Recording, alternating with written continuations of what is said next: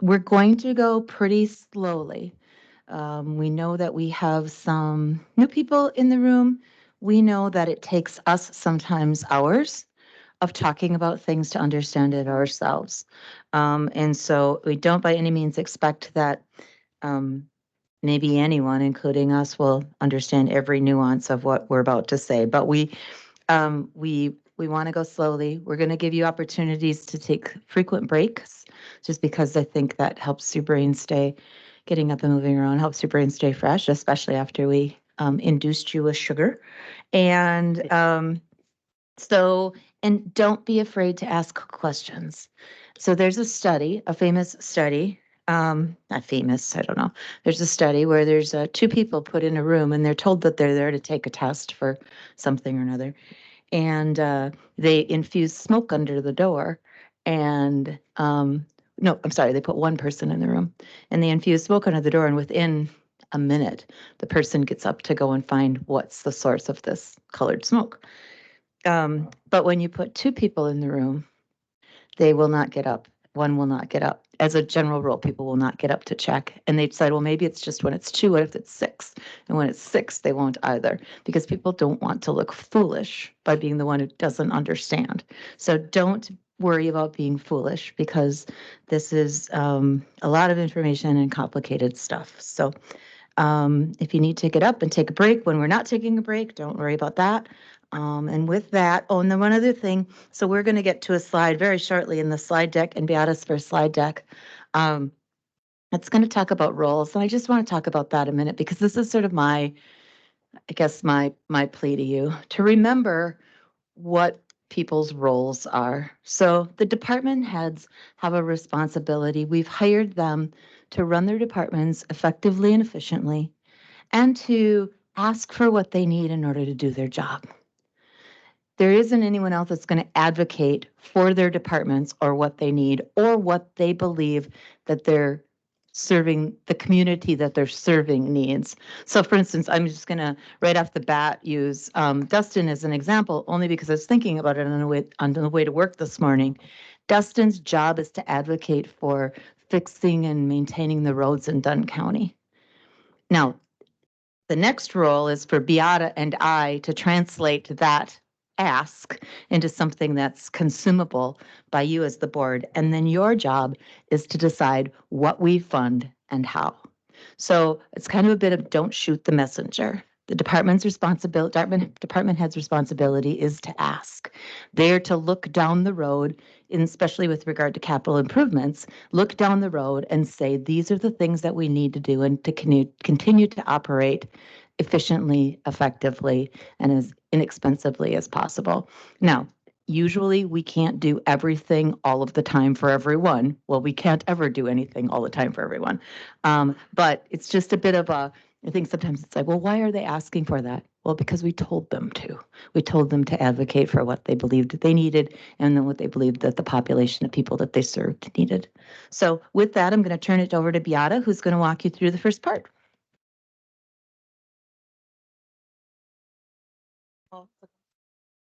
We'll try now when you. No. No. Okay, Dan, I'm sorry. There you go. Yep. Just a delay. Okay. All right. Good morning, everyone. I'm not going to repeat myself. I'll echo what Chris here said. So thank you for all gathering here today to listen to our presentation. CIP is a complex process. As Chris here alluded, this is going, CIP is requested based on what consumer needs from department heads that know their departments the best. So little background about our capital improvement plan.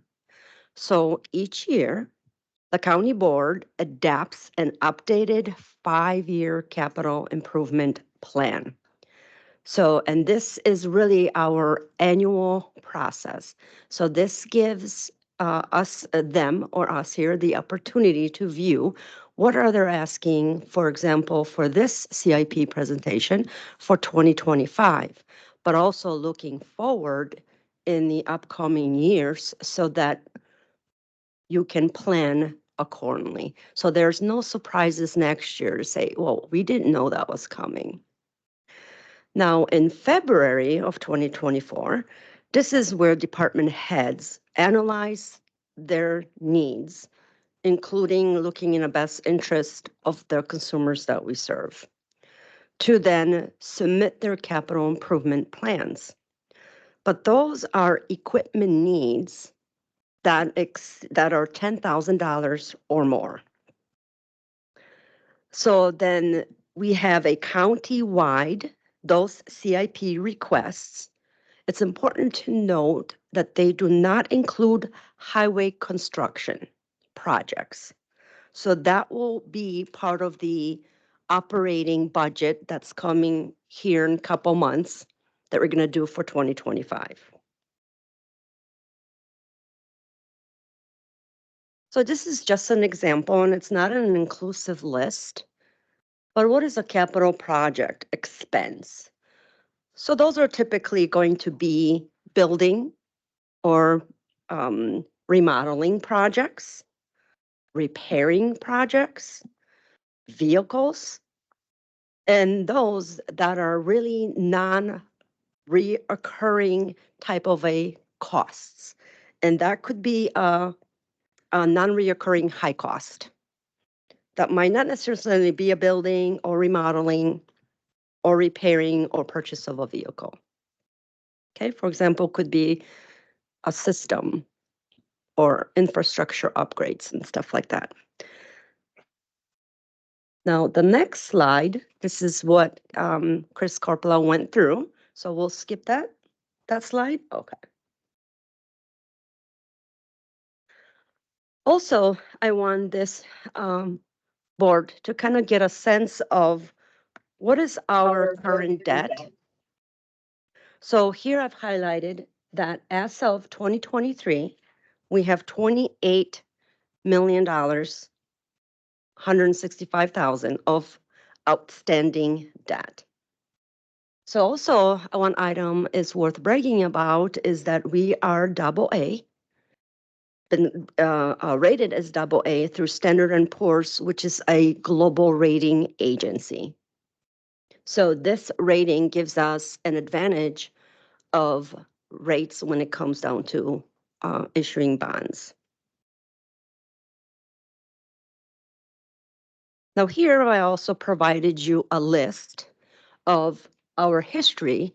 When I was speaking to the outstanding debt, these are the items that shows we've originally purchased, or for what purpose, should I say, the date when the debt was issued, when it matures, also what was the original debt issuance, and what is the remaining balance as of that 12/31 of 2023.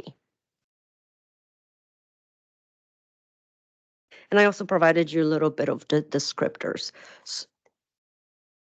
So this GO at the end, what that means is a general obligation. Okay, so any questions on that slide? Yes, sir. Working on it, Larry. Chairman. Supervisor Larry Bjork. Looking at the bonds when they were issued on the left column there, we're pretty consistent in borrowing in 13, 14, and then 5 years skips to 19. And then there's a skip, 5 years skip to 19, and then it borrowed every other year after that. What was happening that we didn't borrow it for debt obligation in maybe 15, 16, 17, and 18? So we had some refinancing that took place. So that then replaced that new debt. So that doesn't mean we didn't borrow in 2015. That's an excellent question, and I should have provided that info too, just to say some of them were paid off and some of them were either refinanced. Okay, well, there was quite a gap there. Right. And also we didn't borrow any in 20 23, and now we are in 2024, which we might be borrowing that $3 million that was adapted in our 2024 budget. Thank you. Supervisor Barrier. Just wondering about, just wondering about some historical context. My understanding is that a large percentage of our current debt, it was incurred when the nursing home was built. I don't remember, is that before this or is this on this chart?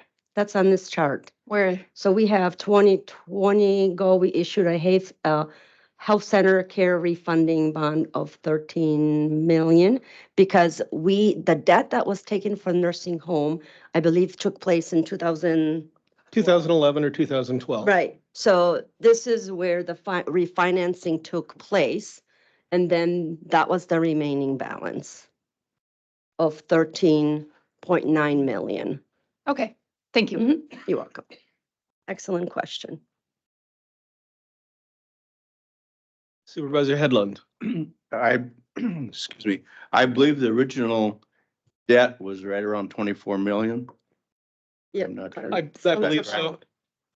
Okay. I think the original plan was for one more unit and 30 million. And then when we checked the financials, that didn't make sense. And so we downscaled the project at that time, although I was very early on the board. I shouldn't say we so much as, oh, okay, yeah, that makes sense. Just you. Supervisor Steen. Yeah, I think it might be worth mentioning is that the management and the investment team is all the time looking at the interest rates on the money. And when there's an opportunity to have a substantial savings in our payments, we go ahead and refinance to take advantage of better. And so the point I'm trying to make is while we have a certain amount of debt now, at a certain interest rate, that doesn't necessarily mean that's the way it's going to stay, because if we get a chance to save some money, we'll do that. So, thank you. Mhm.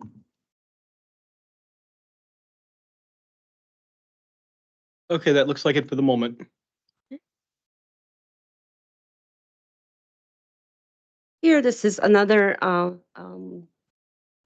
interesting, important graph that I want to share with you. And I graphed it so that you have a more of a visual as to our current debt, no future debt included. So this shows you a graph how our debt is going down based on the principal and interest that we're paying every year. So in 24, this year, we will pay $5.069 million in principal and interest. We budgeted a little more because there are other fees that we also have obligations to. In 25, we have 5 million. So after 26, it goes down from 5 to 3, because this is then we're paying down that debt. So by 2032 or 2033, we would have no debt. Supervisor Gary Bjork. Thank you. That graph keeps on going down. Does that include like borrowing the $3 million every year? in that? No, this is existing. If we were not borrowing any money moving forward, Okay. this is and the what our debt would look. second question, I'm sure I know the answer, but by borrowing that 3 million, we're actually paying back more. So we're still going down even though we're borrowing 3 million. Is that? That's correct. Okay, thank you. Yeah, so net, we'd be down net 2 million if we borrow the 3. We've been, the county staff has been very responsible in terms of outlining a ongoing debt plan that will allow us to bring down the debt steadily while still getting the things that we need to get done. And if you think of that 28 million or so that we currently owe in terms of a $90 million a year budget, think about your own household budget and the things that you borrow for, or a business budget. And I don't want to go too much in the weeds in this, as I promised Chris here. But keep in mind, when we do borrow, what's going to be added to that 1 year is just that principal and interest. So even if we were to borrow that 5 million, it's not going to jump to 6 million. On the average would be that, 400s between, $500,000 increase. but it would just prolong the debt.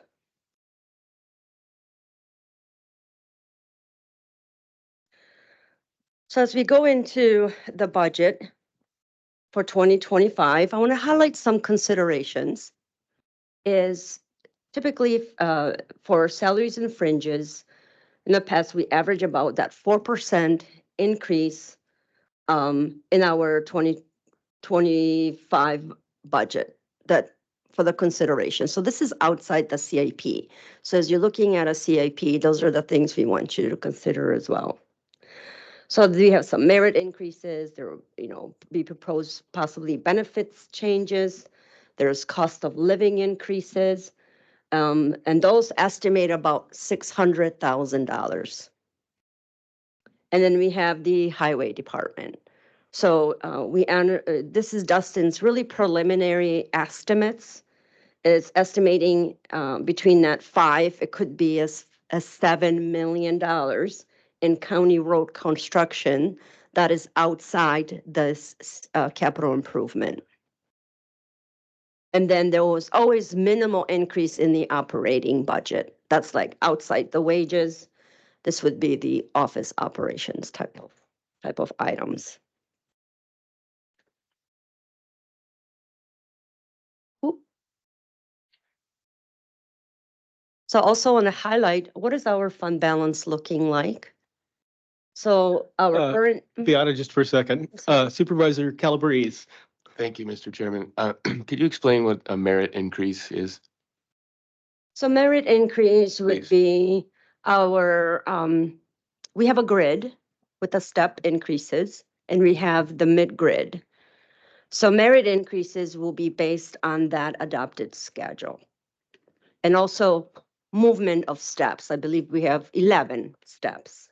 So this would be allowing them to move to the following step.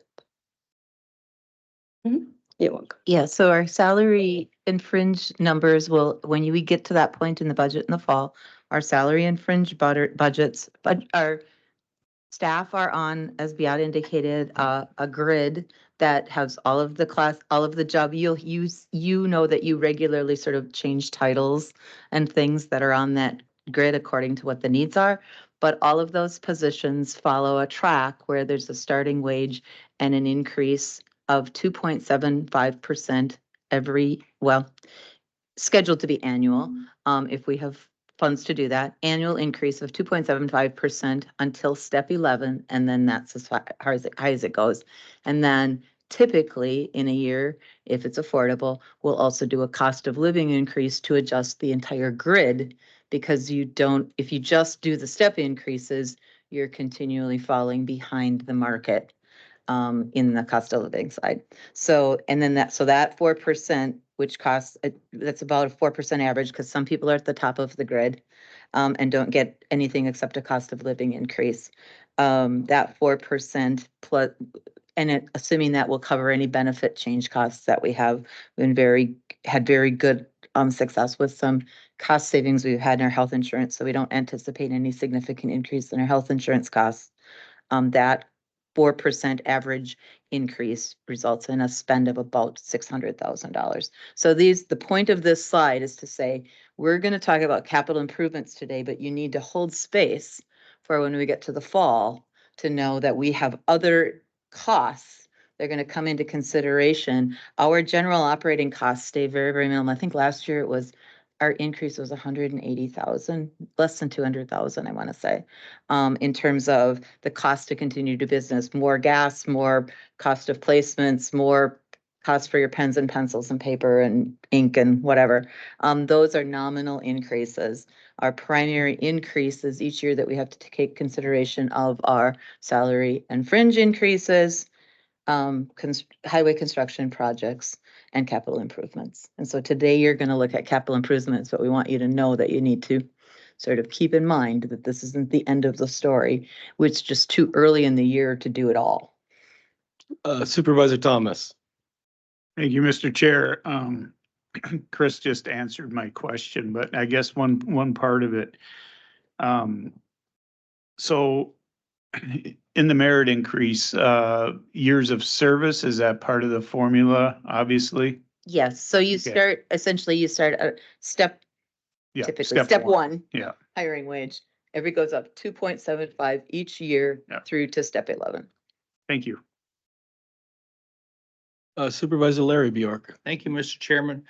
Question for Chris, when we get into the fall or when we bring forth those salaries and fringe numbers, do we get a comparison from one year to the next? Yes, yes.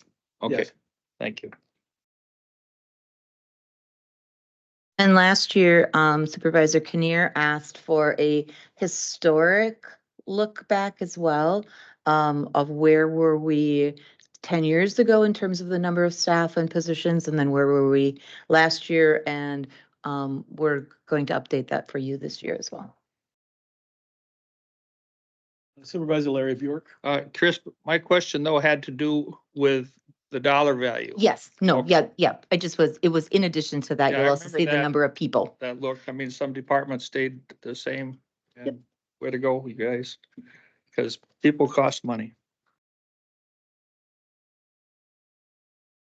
Keep the questions coming, because this is why we're here, why we're all not wasting our Saturday mornings, but maybe wasting our Saturday mornings. Investing. We are Investing our Saturday investing in our mornings. Saturday mornings.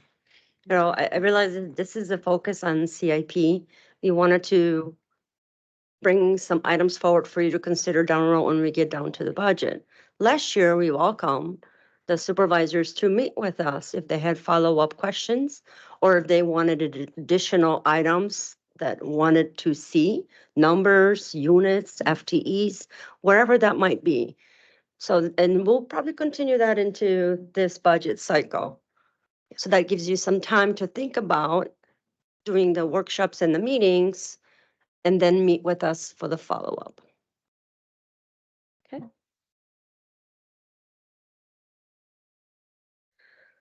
So here's our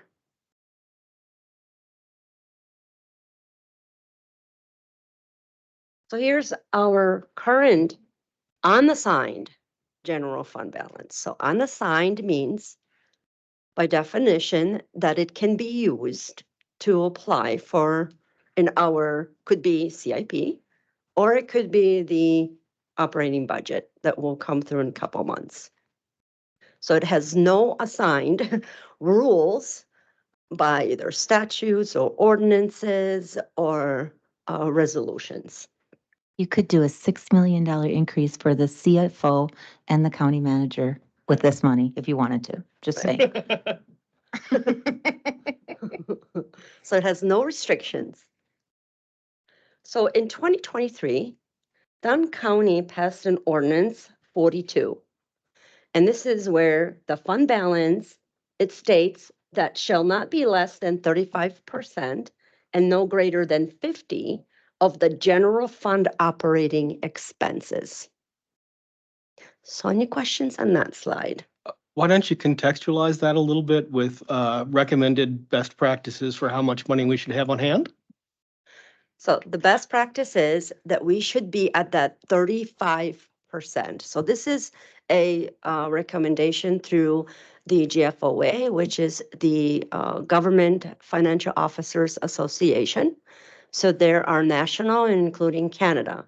So that is the recommended, saying that you should have that 35% of your operating expense saved to draw on if there is an outside need of that money. So typically 35% could give you that 6 months. Yeah, so if you think about, and we're going to get to a slide eventually that's going to show you, this isn't our total operating expenses. We have about $100 million budget. But we have about $25 million of tax levy in our budget. We're going to get to talking about that. But if you look at that $12.5 million, it's exactly at that 50% point.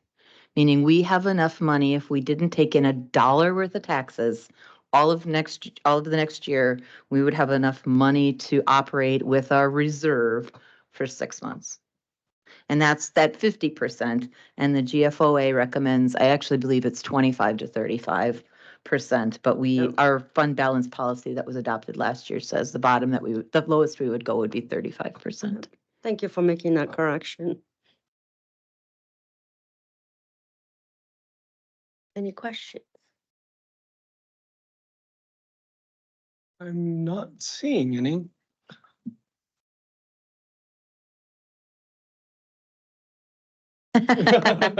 So we're gonna ask you to try your darndest to just take, you know, like 5 or 7 minutes and be back and sitting in your seats by no later than 10 after, just because we want to keep you moving and getting you out of here. But we also want you to get some time to think. And when we come back, first thing we'll do is see if there's any follow-up questions. After that, we'll lead into the presentation by the requesting department heads of their CIP requests for 2025 and beyond. Thank you.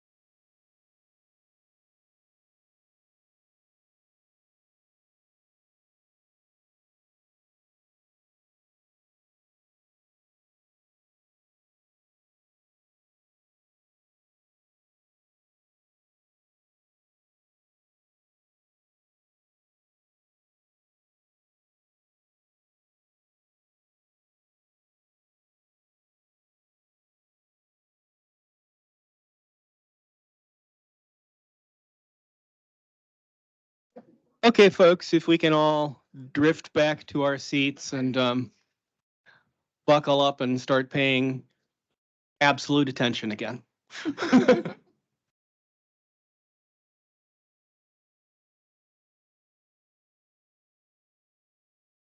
All right, so we're just gonna wait. So we did not photocopy for you the CIP plan. It was in your packets. You can bring it up on your laptop. We'll also bring it up for you here. But we're just going to take, mostly take a look at 2025. But there also is information regarding the 4 years after that. And, any follow-up questions from the first? Supervisor Hagan. Thank you. I've got a couple. I'd like just a little bit of clarification on for my own purposes. For Standards and Poor's, is that analogous? I know everything's not a one-to-one comparison, but is it a good idea to think of it as kind of like a credit score for individuals? Like I go out, I get a credit card, and Standard and Poor's rating is like my credit score. It is So It is similar. So, similar. yeah. Mhm. All right, cool. So, Your credit worthiness. perfect. If I can ask another one real quick. Mhm. Sweet.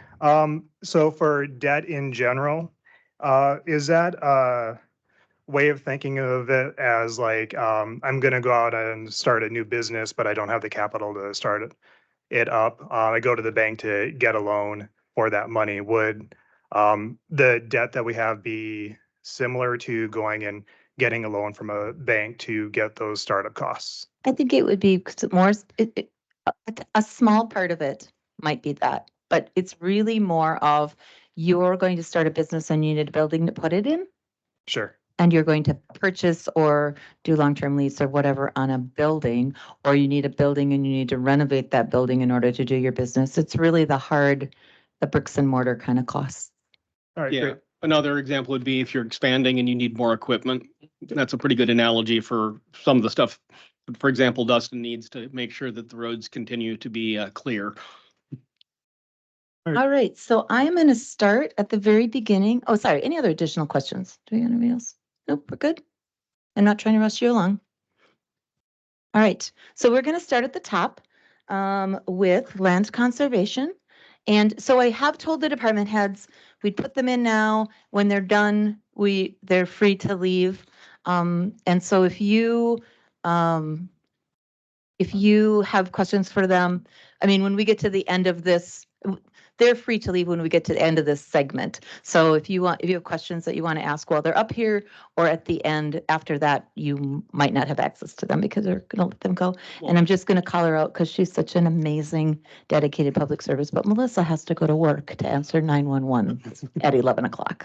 Well, and everyone would be happy to, if you want to make an appointment with someone or call in, everyone's happy to answer your questions. So just maybe not right this minute. Yeah, and we're going to, we'll tell you kind of at the end about what the process is after that. But again, as I said, there aren't any decisions today. We're just giving you good information, hopefully good information, to make decisions on in the future. So with that, Chase?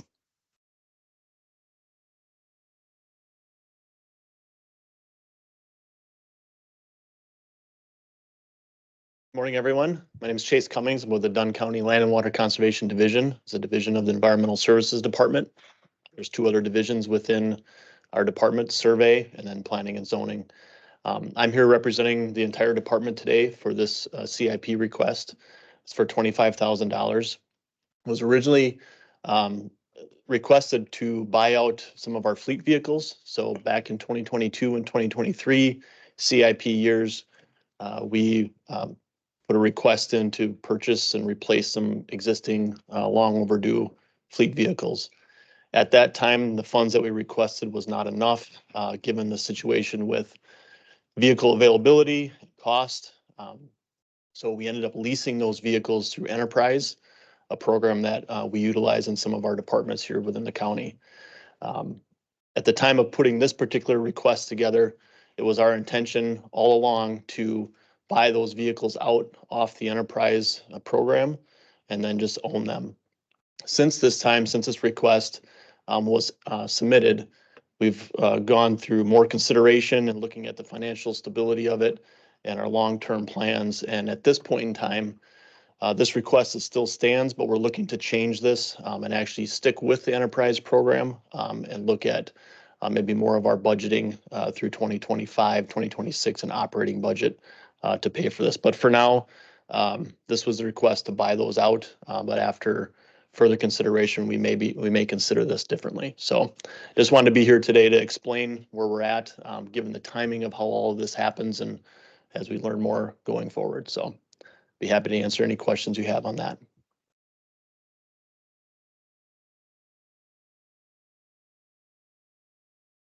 Looks like you're, oh, no, Supervisor Larry Bjork. Thank you, Mr. Chairman. You do the zoning, right, or and the survey also? I don't do those. I'm But a your co-manager. Our department does, yes. And wasn't that a big improvement that we made last year in surveying or something, wasn't it, for equipment?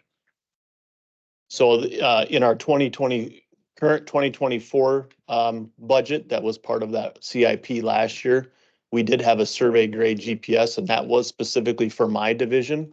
And that's for us to do our field work in designing and surveying for conservation practices, not necessarily property survey. This is for installing and designing actual engineered practices. Yeah.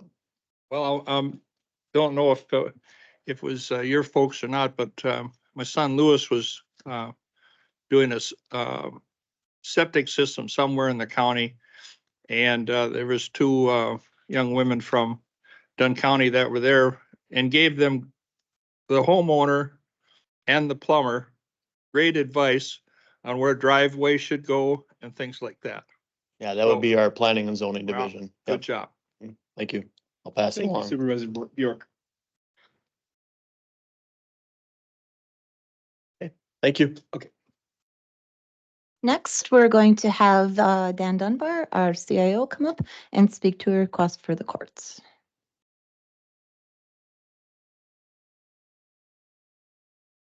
So I'll be back later to talk about IT stuff. So this request is for the courts. It is the AV system, so it is the screens, the microphones, speakers, all of that is used in the courts for virtual court. So they use Zoom in order to do a lot of their court hearings nowadays. That equipment was purchased in 2019. So it's coming due at about a 10-year life cycle in that 2028 time. So we put it on here as a future cost. At this time, the vendors typically what they do is they announce end of life. So they'll say that equipment is no longer good 3 years from today. So they have not done that yet. So we are kind of planning on probably kicking that forward as time goes on, but we wanted to at least get it in this plan because we know that is going to come due at some point as soon as the vendor tells us this stuff is done for. So that's what that is. Any questions? What's that? Oh, I will. So next up is our emergency management, emergency communications director. I got those departments right? Melissa, to speak before she goes to work.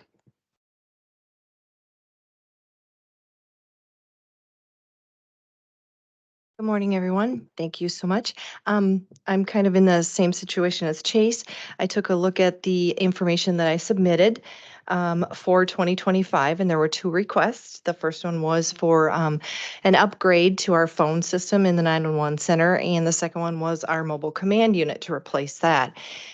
We did receive a grant for Next Generation 911, which does include some upgrades to our telephone. And so at this time, the phone upgrade request, I would like to kind of push that out a few years. I'd hate to replace it just 1 year after we got it. So I do want to push that out a few years. As far as the mobile command unit, I've started looking into what our needs are and what we use that for. And At first, I thought we should have it in 2025, but as I'm starting to do some research, I think this project is going to be kind of a little bit longer project than I anticipated. And I would not want to ask for the money in 2025 only to carry it forward because we can't complete the project in 1 year because I want to get some of that background work done. So those two projects, are what I had in 2025. We can back them both up. The mobile command center, for those of you that are new, is a vehicle that was purchased, I think, back in 2020, or I'm sorry, 2003, 2004. It is used by, it was funded by the Homeland Security funds that were available back then, and it is used by any fire, EMS, or law enforcement agency in Dunn County. And it was at that time supposed to be kind of a regional unit. So if there was other agencies in our region that wanted to use it, they definitely could. It has been used by others in the past, although in the last 10 years, most of the counties have purchased their own vehicles and things like that. So it is used by everybody in Dunn County, and those are like the policies and things that I want to take a look at before we actually make a purchase. So does anybody have any questions? Supervisor Shackleton. Thank you, Mr. Chairman. So I'm just curious, how often does the mobile command center get used? I sure it depends on the year and stuff. Mhm. And what exactly does it get used for? Sure. So it does depend on a lot of situations. Um, there are some static things that we do use it for annually. So the UW Stout Homecoming event that is kind of a 3-day event. It goes out in a specific place that Menominee PD wants to have that, and they kind of use that as their home base for bike patrol, foot patrol, things like that. So if someone has an area to go to where they can write tickets, they can come in and take a break, those types of things. It's used on large fire scenes, things like that. I'd have to say in emergent use, it's probably used on average 5 to 6 times a year. Kind of those static uses where we kind of schedule them maybe twice a year.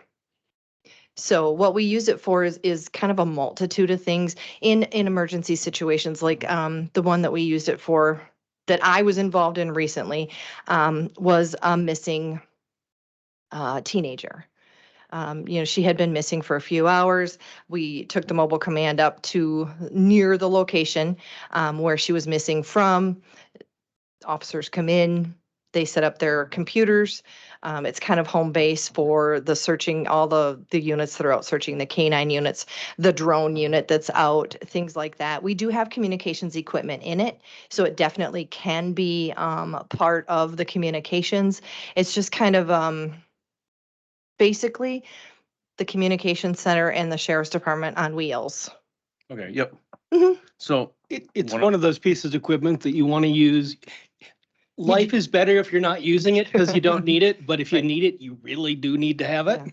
Yeah. Well, and I've seen it, and I didn't know if it was something that got used on a regular basis, if it was just an emergency. And so that was nice to clarify. Mhm. Which Mhm. brings up another question. So Sure. obviously, the call center is used by city and county. Mhm. And because I'm new, I'm sure a lot of the supervisors understand this, and I'm asking because, so is this completely funded by the county, or does the city pitch in some to help with this? So the current vehicle that we have was primarily the Homeland Security funds, and at that time it was going to be considered a county asset, and so the county currently takes care of all maintenance and upkeep and any upgrades that we do, gas, oil changes, generator checks, all of that. The county emergency management office does all of that. That is part of the question, Supervisor Shackleton, like what do we do in the future? If this is going to be completely funded by Dunn County, what's the policy? And as I started thinking about that and researching vehicles and looking at cost, it was like, this may be a little bit deeper dive and may need some of those things figured out before we actually ask for funding to move forward. Because that is the question. Is it something that becomes, funded by both the city and the county, or is it something that it's ours, but there's costs that come along with using it? Those are all questions that I don't have the answer to. It would be help from all you. Well, and that's what I was wondering is if it's like it gets used for homecoming or something like that, would it be something where Menominee could rent it, pitch in, whatever, just to try to Yeah, take care of it is all. for the most part, we've always taken care of it, filled it up with fuel and maintained it, and everybody just uses it. It also gets used by our smaller fire departments, if they have a large fire. So, Sure. it's probably a larger conversation. Yep. Well, thank you. Appreciate it. Yep. Mhm. Well, and it's worth noting as part of that conversation in general that when the state passed its funding, new funding for counties and municipalities, they included funds in there to try and encourage us to work regionally as much as possible, municipality county partnerships. So I imagine looking at some of those grants is going to be part of that discussion as we go forward.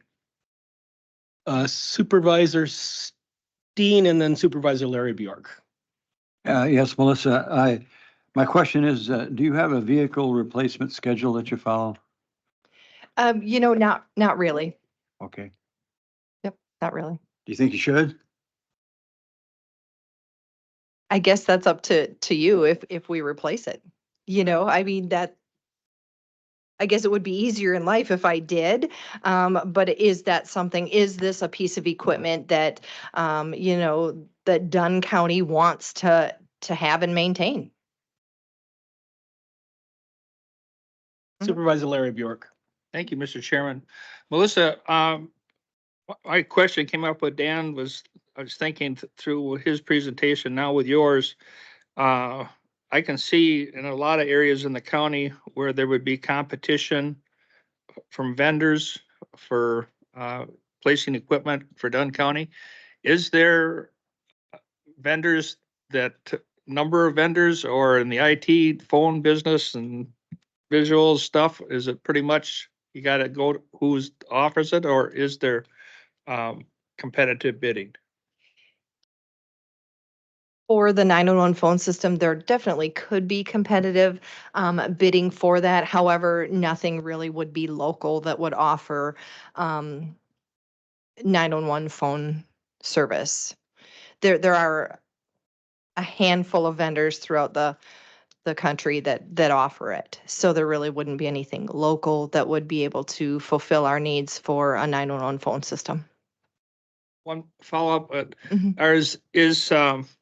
the broadband committee, has been looking at all the different vendors that are in Dunn County that provide broadband. Mhm. Are those the same people that you go to for service? For the actual phone system, no. We for 911 service, we have AT&T. We're an AT&T communication center. So that just means that the circuits that provide 911 come through AT&T circuits. Our phone system that we have also just happened to come through AT&T as kind of a middleman. The company that we actually purchased the phone system from, I believe, is from Canada. So, but we have AT&T is kind of our middleman and our provider for the maintenance on that phone system. Again, I know nothing about that. That's okay. Thank you very much. Mhm. Supervisor Shackleton. Thank you, Mr. Chair.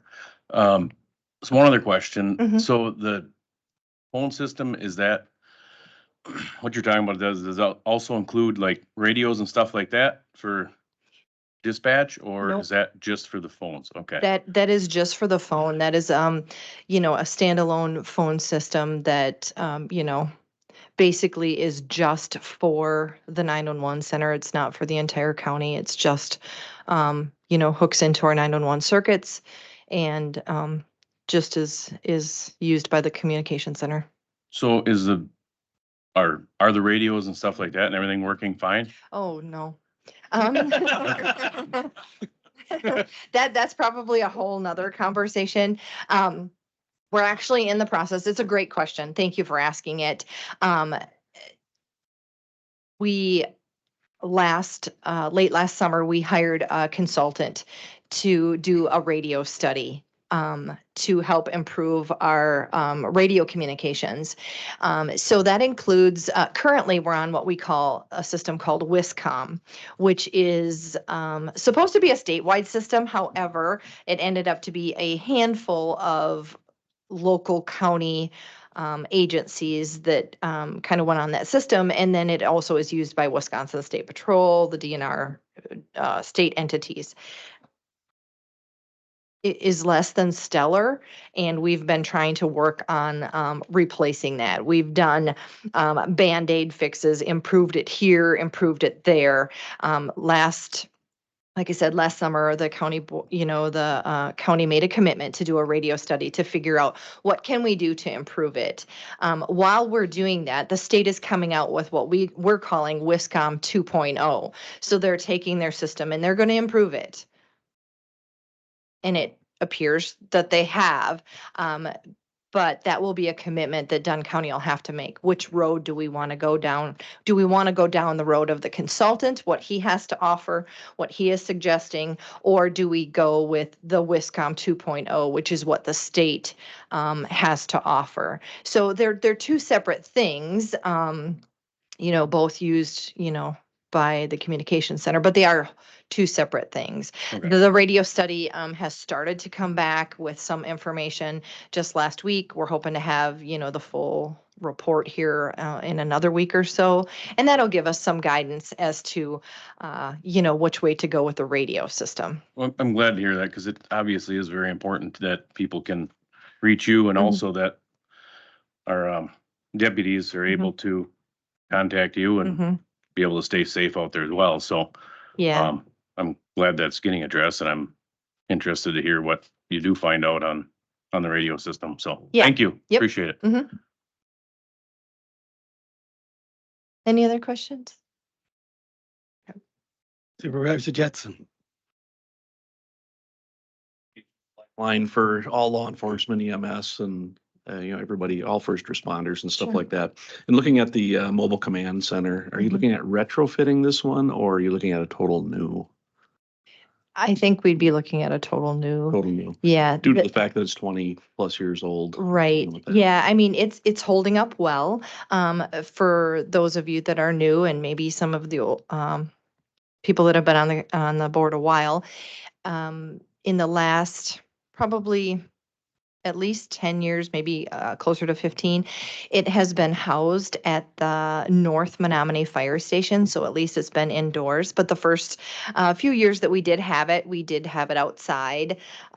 So, I think we're maintaining it well. However, there are some areas that are starting to show a little bit of rust and when it was built back then, it just wasn't built for the technology that we have today.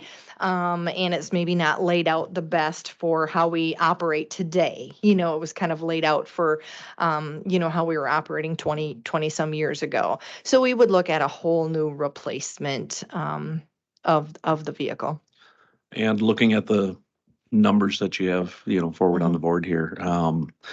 I know where I'm currently at, what Mhm. we have put into a mobile command center and, Mhm. this is a drop in the bucket really. Mhm. In comparison to what we use ours for. So, Yeah, it just, yeah, I think it just depends on how much technology and things you put in it. You know, again, the WISCOM 2.0, some of the radios are funded by the state. There's a grant out there. So, it all just depends on what we have in there. The current one we have now is actually very small for the communications section. I think we have, 2 radios in there, and it just all depends on what all we put in there and what we use it for. And what will be done with the old command center? And is, if it's auctioned off or Yeah. sold off, is that funds that can be put towards the new? Definitely we would, sell the vehicle. I'm sure that I would, get some help from, probably Scott likes to sell things. So I think Scott would probably help us sell that. And, the revenue does come back into, I believe, Chris, like the general fund. If I sold it, it would go back into the general fund. So it would balance out in the end, but it's not like it would just come right back to, my department and I just funnel that money right in. Thank you. Mhm. Any other questions? Looks like you're off the hook. Oh, nope. Okay, Supervisor Shackleton. that's okay.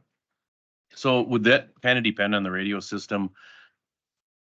Would you need to find that out before you bought the new mobile command center? Or does that not necessarily matter? Or like, are you gonna have to update it once you got Yeah. that and then you changed radio systems? So, possibly, but knowing that Wiscom 2.0 hasn't even been signed, at least it wasn't on Friday. It hasn't been signed at the state level. So when they start their project of spreading that across the state of Wisconsin, they're going to start kind of in that southeast corner. So Dunn County could be at very minimum a year and a half to 2 years to 3 to 4 years out before we get Wiscom 2.0. Well, we would know that, when we would be going to build, the mobile command. So definitely we could, be fitting that with dual band radios that would include that 800 megahertz, which is what the Wiscom 2.0 is looking at. If we decide to go with the study, the findings of the study, we would know that, hopefully here in the next couple months. So Perfect. I think we'd be timed okay. Perfect. But thank you for the Thank you. question. Mhm. Any other questions? No, I'm not seeing any. My Okay. apologies for the sounding like a frog is Okay. trying to kill me again. Thank It's allergy season. Yep. Sheriff Big, would you like to come up? Thank you, Melissa. Thank you.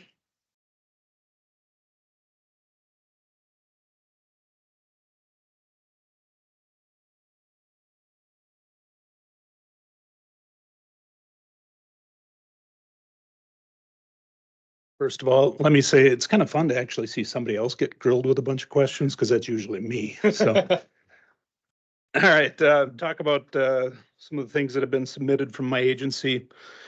Our yearly squad replacement, we replace 4 to 5 vehicles annually.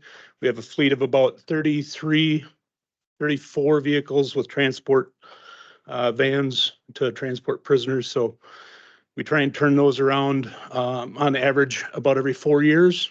And if you do the math, we have to replace 4 or 5 of them annually. So that's the simplest one to explain. Costs of those continue to go up. I remember not that long ago, we were paying $36,000 for squads, and now we're paying close to $50,000 for squads. I mean, they took a leap in 2 years by almost $10,000. So not only are the squads going up, our installation costs are going up significantly, costing us $15,000 to outfit a squad, because of course Ford won't keep the same inside of a vehicle. So from year to year, we have to replace every cage, every center console. The only thing we rotate camera systems through and radar systems through, and we reuse those. But to outfit a squad, we pretty much have to buy all new equipment every time, because if you're coming out of a 4-year or a squad that's 4 years older than the one that it's going into, I'll guarantee it doesn't fit. The cage doesn't fit, the console doesn't fit, all the stuff has to be purchased new. So it was a lot simpler when we had Crown Vics, and you could go probably 10 years and keep the same cage and same console, but that doesn't happen anymore. Ford keeps changing them. So that's explanation on my yearly squad replacements. Next one I'll touch on is just interview room replacement. We have two interview rooms, recorded interview rooms at the sheriff's office. Right now, one's we call it the hard room and the soft room. One's for interviewing victims, generally child victims. So it's set up with some love seats and stuff, and it's a little more comfortable.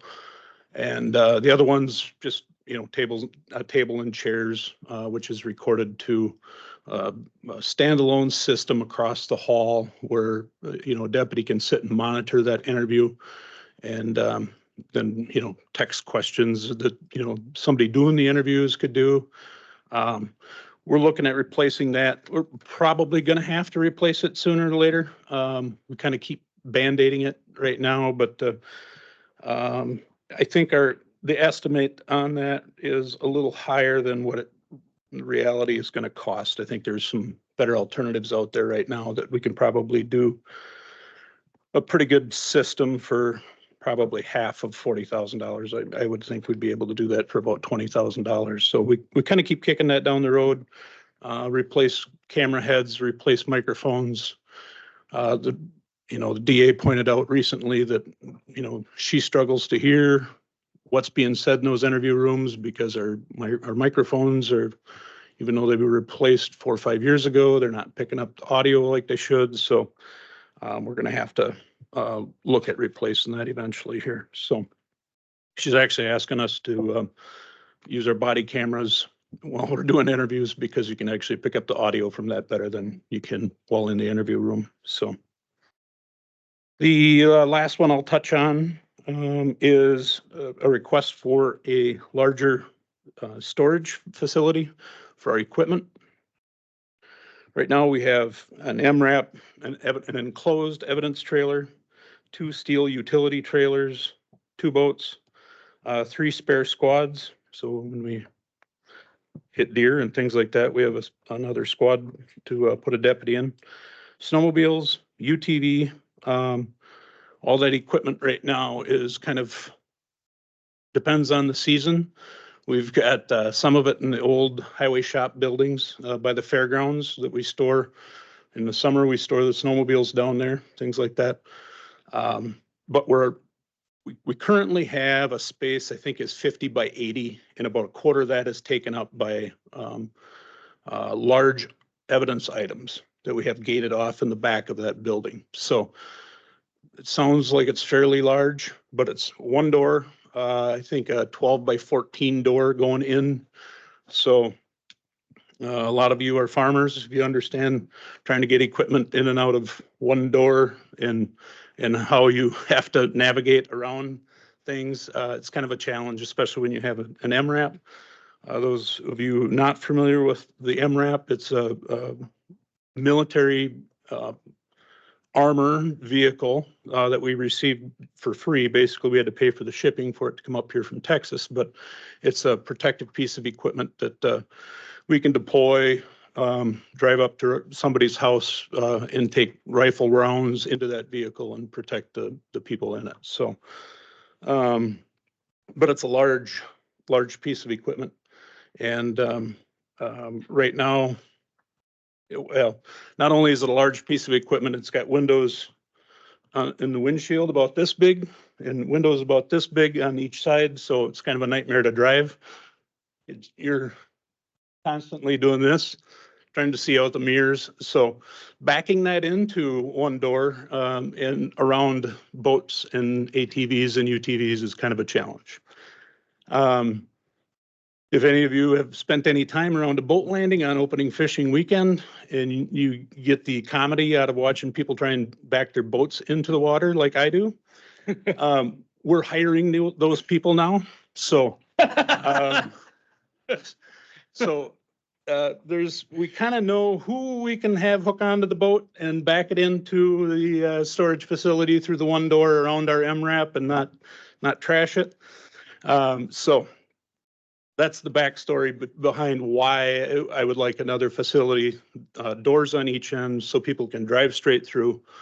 You're not backing equipment in and around. And so we're looking at about a 80 by 120 building, kind of similar to Transit's building that you can drive around, drive through. and not have to worry about backing around different equipment. Honestly, in most cases right now, we get it in far enough, the boats, for example, we get it in far enough and then we unhook it and wheel it in by hand so we can kind of see what we're doing. So that I was hoping to have some better numbers today. We've got somebody kind of working on a rough estimate on cost, but $300,000 for a commercial steel structure is with 6 to 8 inch concrete is probably where we're going to be. I'd like to build it outside the highway shop fence and have it alongside transit building closest to the sheriff's office, so we'd have better access to it. And part of the other purpose for that is mobile command is currently being housed up at Station 2 in North Menominee, and we're paying rent as a county to the city to store that piece of equipment there. So mobile command could come down by the sheriff's office so we have better access to it and have it protected from the elements. So I think that's it. Happy to take any questions. Oh, transport van, I missed that one. Transport van, just kind of on the same vehicle rotation. We're putting less miles on them now annually. We used to have to replace them about every 2 years, but with video court now, we're doing less transports. So kind of on a 3-4 year rotation on transport vans. We have 2 of them, so we try and do, every other time we replace one when they get to about 120,000 miles. Supervisor Thomas. Thank you, Mr. Chair.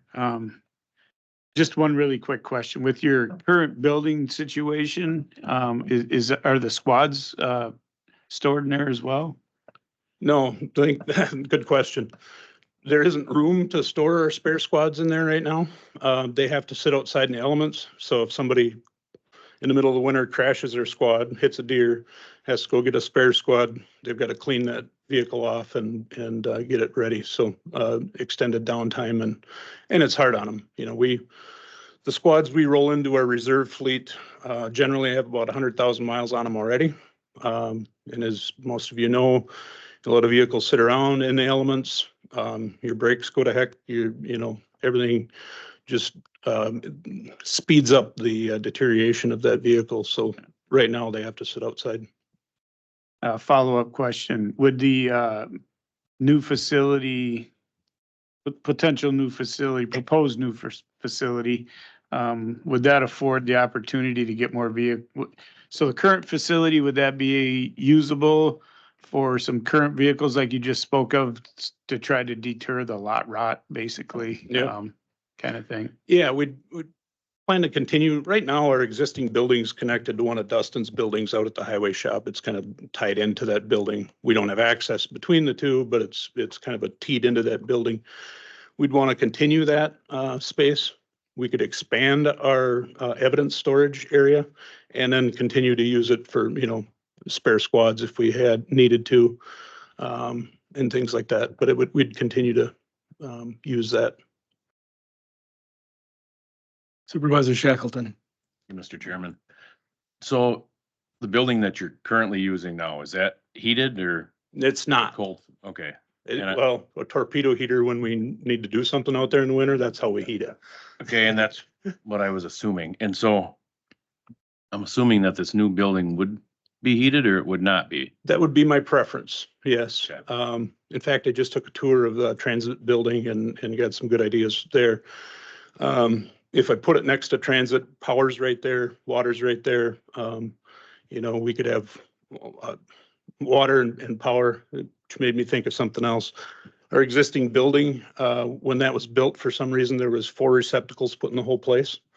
So we have extension cords plugging into whatever we have in there, going in different directions. And frankly, I'm a little surprised we haven't popped breakers and stuff. So it's not adequate to keep a trickle charge on the equipment that we have in there. So like the transit building, I'd like to, put heat in there and keep it at 40 degrees minimum, to keep that keep those vehicles from deteriorating.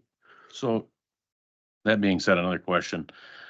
Is there a certain time, is there a certain mileage or what do you go off to try and replace different squads? Is this something that if you had a nice building, you keep stuff in? I realize that most of the squads are kept at the officers' homes, but I'm saying some of this equipment, it's like, okay, so it would have a little bit of a longer lifespan, keeping it in the warm through the winter and maybe minimal, but I'm just wondering, is there a certain mileage that you go off, or how do you know when you need to replace a squad? Yeah, generally it's mileage. It's about 4 years,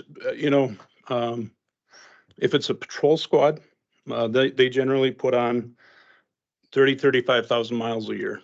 So that's going to get replaced, more often than my squad that I put 20,000 miles on in a year. So we shoot for that, 110, 120,000. If it's in good shape, we'll hang on to it. We'll rotate it into our reserve fleet. If it's nickel and diming us at Northtown Ford and it's costing us an arm and a leg to keep this thing on the road, we send them to Scott and sell them. So, Yep, understood. And obviously if the reserves were parked in the heated shop, they're right, you're they'll stay in better condition. Yeah. We've actually had brakes freeze up, Correct. and seize up and vehicles sitting around, just because they're not being used and. The worst thing for a vehicle. Right. Yeah, that's it. Thank you. You bet. Supervisor Vogel. Thank you. So I had a few questions. So, this, you said it was an MRAP? MRAP. Yeah, how often have you taken that out? Sounds pretty. 4 to 5 times a year. It's, I'll give you some examples. A month ago, I had to drive it over into Chippewa County. We had somebody that was suicidal. From our county, we found them in Chippewa County, or Chippewa County found them, and I can't remember what it was, just into Chippewa County, but they were armed with a rifle sitting up against the woods in their vehicle. And so we took that piece of armor over there to protect staff. 2 weeks ago, it went to St. Croix County because the sheriff called and said they couldn't get their MRAP started and they were going to take somebody into custody that was threatening law enforcement with gun violence. So it's hit and miss. Hopefully we never have to use it, but it's, when Deputy Dan Glaze was shot up in Russ County, it went to Russ County and helped take that suspect into custody, who actually did shoot at armored vehicles there when they arrived. So it's hit and miss, but at least 4 or 5 times a year. And how long do you have to keep all the evidence? Do you keep it forever, or how long does the storage? So you all remember Ezra McCandless, who stabbed a young man 13, 16 times and killed him out by Larry's place? That vehicle we have to keep until after she's done with her prison sentence, which is her life. We're looking at storing that vehicle for 99 years. So depends on the case. If it's a felony, we have to keep it longer. Somebody sitting in prison, they used a firearm in a homicide. We have to sit on that until, I can't remember how many years after their conviction or after their sentence is complete and after they're off probation. So it's hit and miss. If it's a hit and run to Larry's mailbox, it's, we keep that for about a year, but so we've got a evidence storage for small stuff in our building. The large stuff, the stolen generators and those large things go out to our outdoor facility. And one last question. With the cost of fuel keeps going up, do you look at the most fuel efficient vehicles you can, or do you just have to keep a standard? Yeah, we try to, and vehicles are improving. We take a few things into consideration. We have a split fleet right now of SUVs and trucks. Gas mileage, honestly, is a little better in the trucks, but not all of my patrol deputies want to drive trucks because the turning radius isn't like an SUV. And resale's better on a truck. We get $15,000 out of a used truck when we get maybe 8 out of an SUV. My preference would be to have a full fleet of trucks, but they're not useful for everybody. Some deputies, obviously enclosed equipment, it's heated and it's ready to go. I drive a truck. My equipment in the back is, cold in the winter and hot in the summer. So, but I don't need to keep as much, of the equipment, first aid kits and stuff like that. We have to keep warm but sorry, Amy, I completely forgot what your original question I was. asked if you look for the most fuel Oh, efficient yes, vehicles. Yes. Do you need trucks or SUVs or? Yeah, we're not in a position to go hybrids. Just, it's not practical. In fact, I just looked at an F-150 Lightning the other day, and the range is 250 miles without a charge, and the charge takes 10 to 12 hours. So a deputy wouldn't even make it through a shift on one charge on a Ford F-150 Lightning. So we try and look for the most fuel efficient ones we can. And they've come a long ways. Crown Vics, they had a 4.6 V8 engine in them, burned way more fuel than our current vehicles do.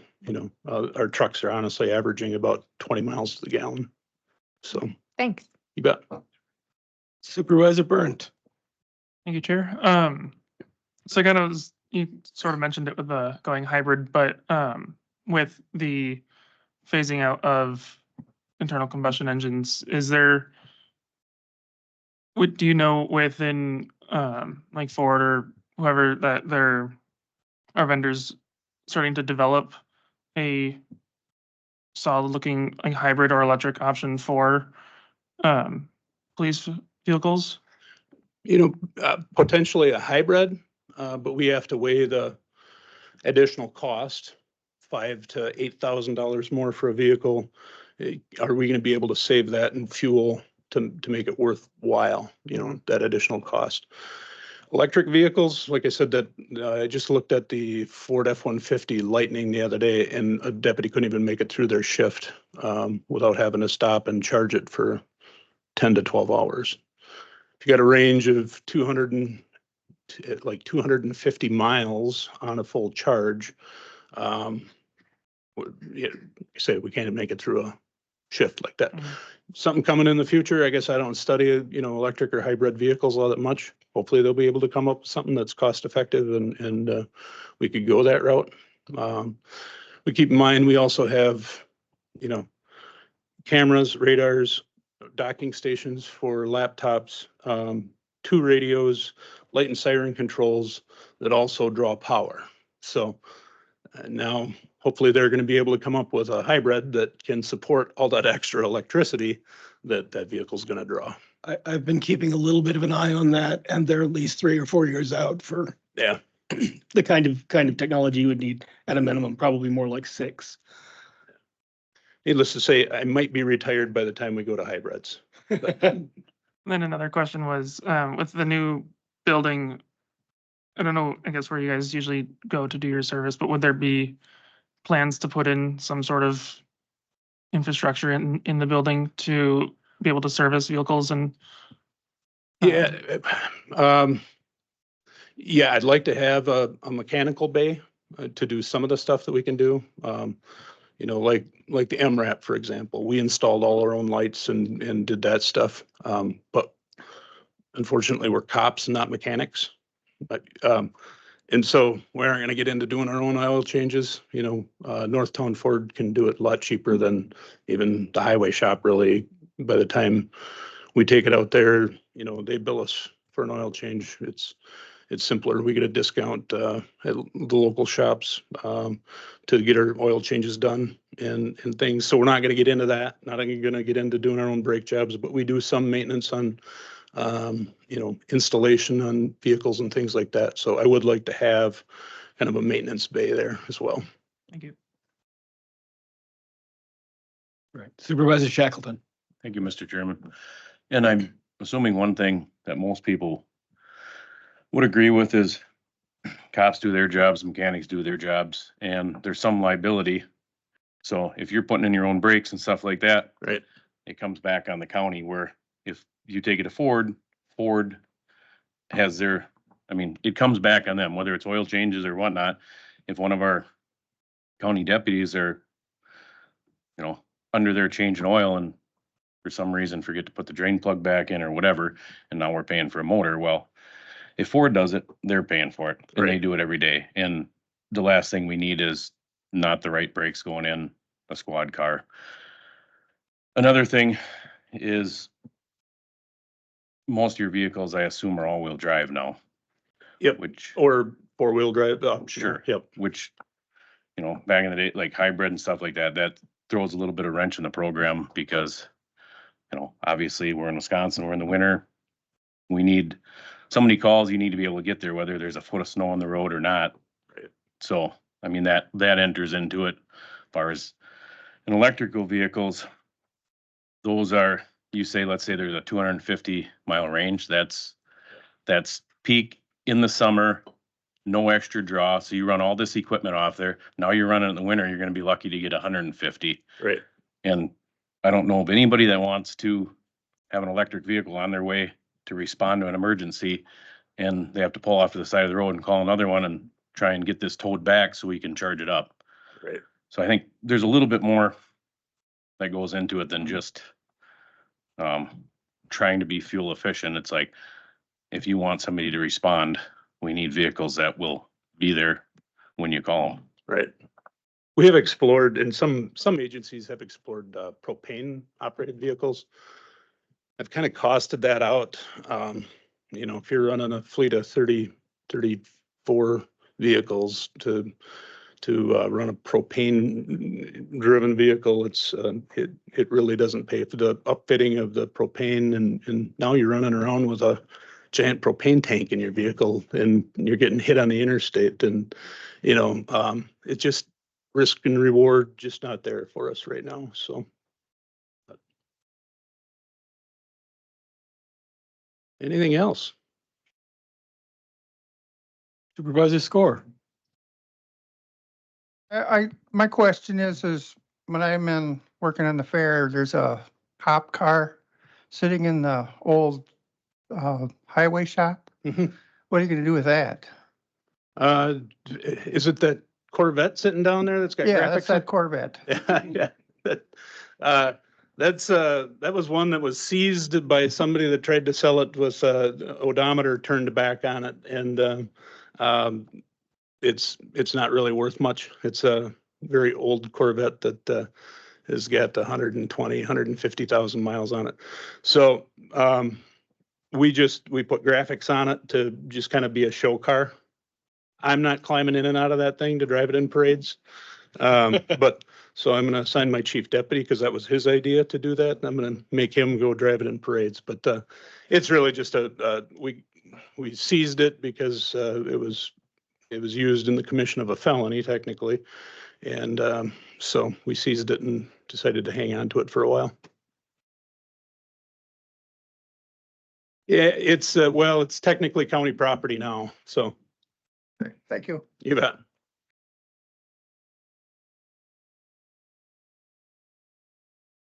All right. Looks like you're off the hook, Kevin. All right, who's next? Scott.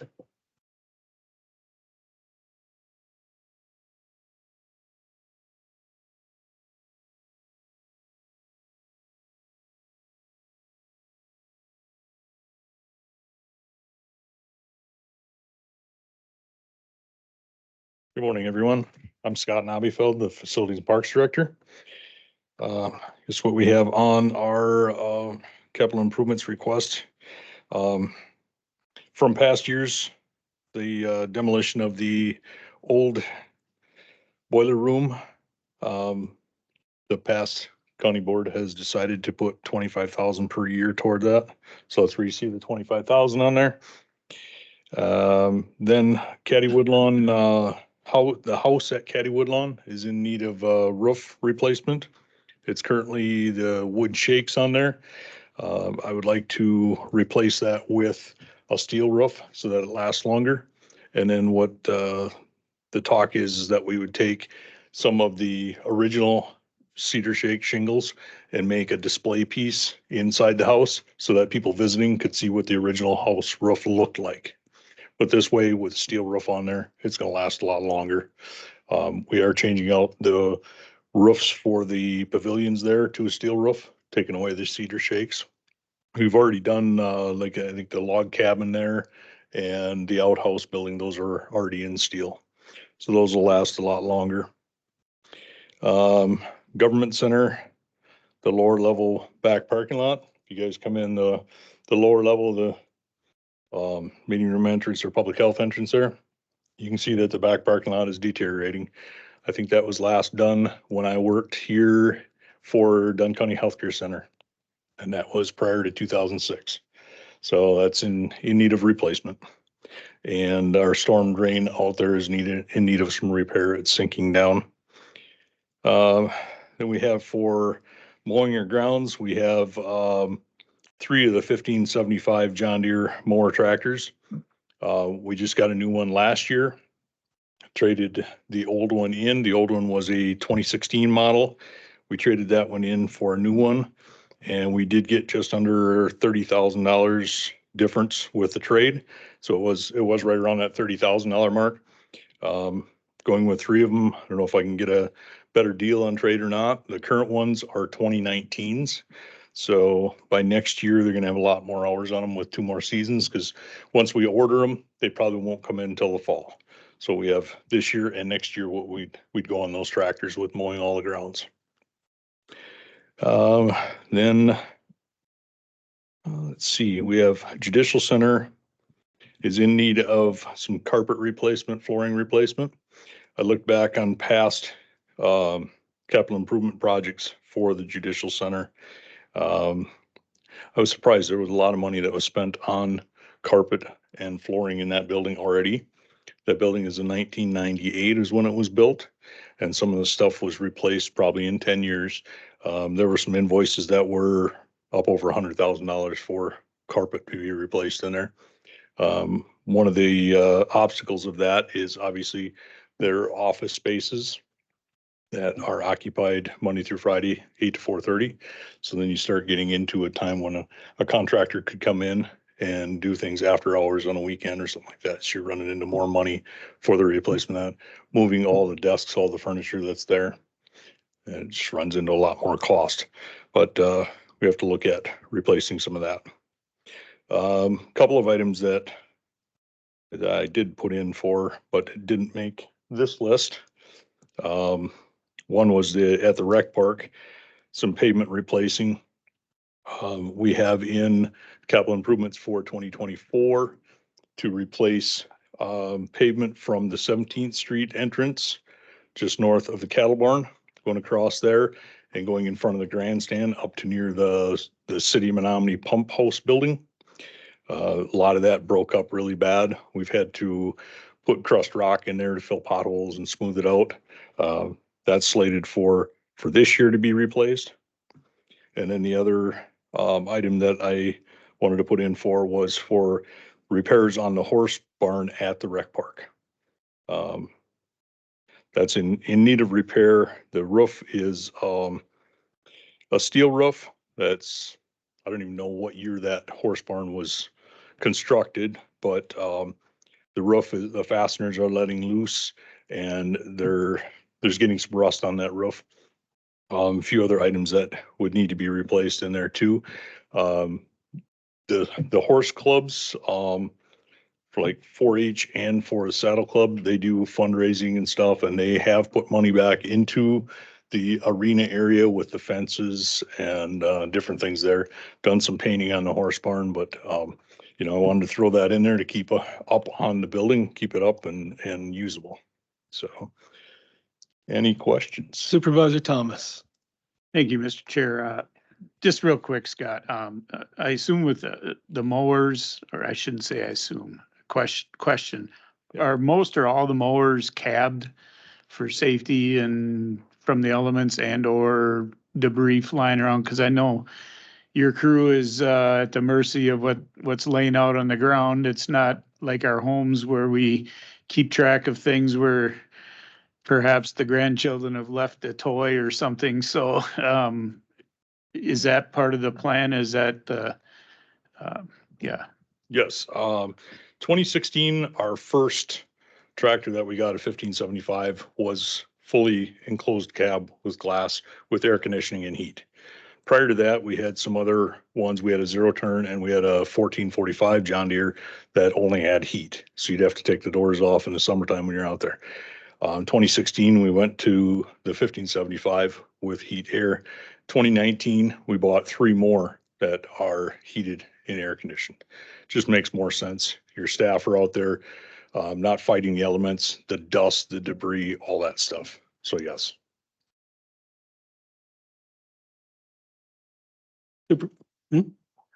Supervisor Bauer. Thank you. On the paving, is that something that the highway department can do or do you put that out on bids? That is something that I was working with the highway department to do. For the project this year, I got a preliminary bid from them, pricing from them. And they're gonna update that once they got solid numbers on the pavement, update that, see where we get. But, we've done, work with the highway department as far as paving our stuff. Supervisor Wilsey. Thank you, Chairman. For the record, John Deere sucks. All kidding aside, I just want to let you know, and then Dustin too, because of the price of new equipment, on my end, Kubota's coming out with leasing programs on tractors, lawnmowers, everything. So it might be an option to look at for the future for you, just suggestion, so. Sure, we can look into that for sure. One of the things that we run into is if we're replacing a tractor, we've got the other attachments, the plow blade, the snow blower, the sweeper. If we're just replacing the tractor and the deck, then we like to get something that those are other attachments are gonna go on there. And we have a total of 4 1575 tractors right now where the attachments all swap around to any of them. So I guess if we change to a different brand, we'd have to look how that goes and see if it was beneficial, how we could do that. So that you have to buy from us, so I get it, so. Yeah. We might not be able to, Supervisor Wilsey, as you are on this board, and that might constitute a conflict of interest, which you would really not want to get involved in. Supervisor Shackleton. So are the 1575s, are those front mounted mowers Yes. with the cab and everything? Yep. So are you guys gearing more towards sticking with those and going away from, I'm assuming the 3039 that's like a tractor style, not a zero turn? Right. The Okay. 3039 is a compact tractor. Okay, yep. Yep. So are you phasing out of the zero turns? Do you still use some of the zero turns? We have 2 zero turns that we use for seasonal staff to mow all the parks in the county. Okay, and so the cab ones are mostly used for winter snow blowing and brooming and stuff like that? Yep, so back in 2019, we were looking at replacing 3 mowers. And at that time, discussion was, we had 2 1445 John Deeres with cabs, and then we had a zero turn. Discussion was of getting 2 1575s and a zero turn. And my question was, why would you put one guy out on a zero turn mowing the grounds where he's got to deal with sun, wind, debris, dust, all that stuff, and your other 2 are in a tractor that's got air conditioning and a cab? So we opted to go with the 3 so that everybody is equal. They're all out there. So we only kept the zero turns for the parks.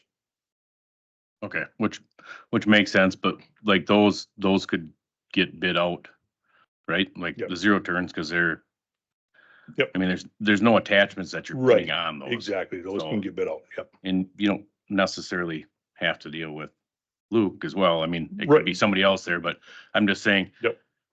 When it comes time to replace the zero turns, we can definitely bid that out.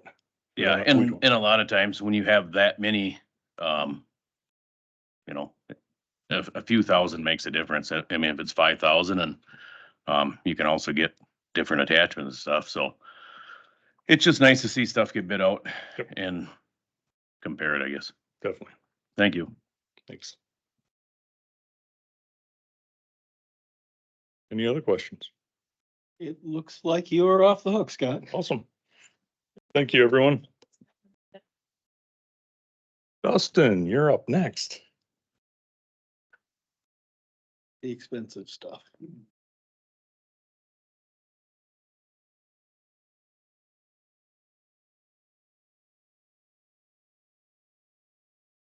Well, good morning. I'm Dustin, the Highway Commissioner at the Dunn County Highway Department. So in our 5-year CIP request, as you can tell, like Kevin mentioned and what Scott mentioned, is equipment has skyrocketed in costs. On average, we have about 40 plow trucks that respond to a given snow event or construction phases in the summertime. We are looking at purchasing various equipment in 2024, which is self-sustainable. So basically, these funds to purchase this equipment would be based on our hourly rate that we charge to the state, to ourselves, to other entities. So the equipment would be funded in 2025 based on our hourly rates that we charge. The various equipment, plow trucks, obviously. Like I said, we have about 40 of them. We're trying to get 3 or 4 of them replaced on an annual basis. They have approximately a 10-year lifespan per the DOT. Costs are skyrocketing. An average snowplow is about $350,000. Obviously, we are in the element in the winter months applying chemicals such as salt brines. So to get 10 years out of a bigger truck is very difficult. Not only plow trucks, is we have dozers, we have backhoes, we have sweepers, we have large equipment costs. We do our own construction at Highway as much as we can. We have pavers. So like I said, a lot of the stuff is internal that we do. There is times where we do have to outsource some of our work, but we try to keep it in-house as much as possible. In 2025, we'd be looking at replacing some fuel tanks. So we have diesel fuel tanks, 1,000-gallon diesel fuel tanks at each one of our outline shops. So we have outline shops. We have 5 of them. We have one in Boyceville, one in O'Galley, one in, we call it between Wheeler and Ridgeland at 25 and 64, Colfax, as well as Rock Falls. So we supply the fuel at each one of these shops, diesel only. We actually purchase fuel at approximately 50 cents per gallon less than what you would see at the pump. So that's why it's a huge benefit to have our own fuel on our own premises. The numbers that we provided are preliminary. We are currently in 2024 replacing 2 of our fuel tanks at O'Galley and Boyceville. That has been approved in our previous CIP request.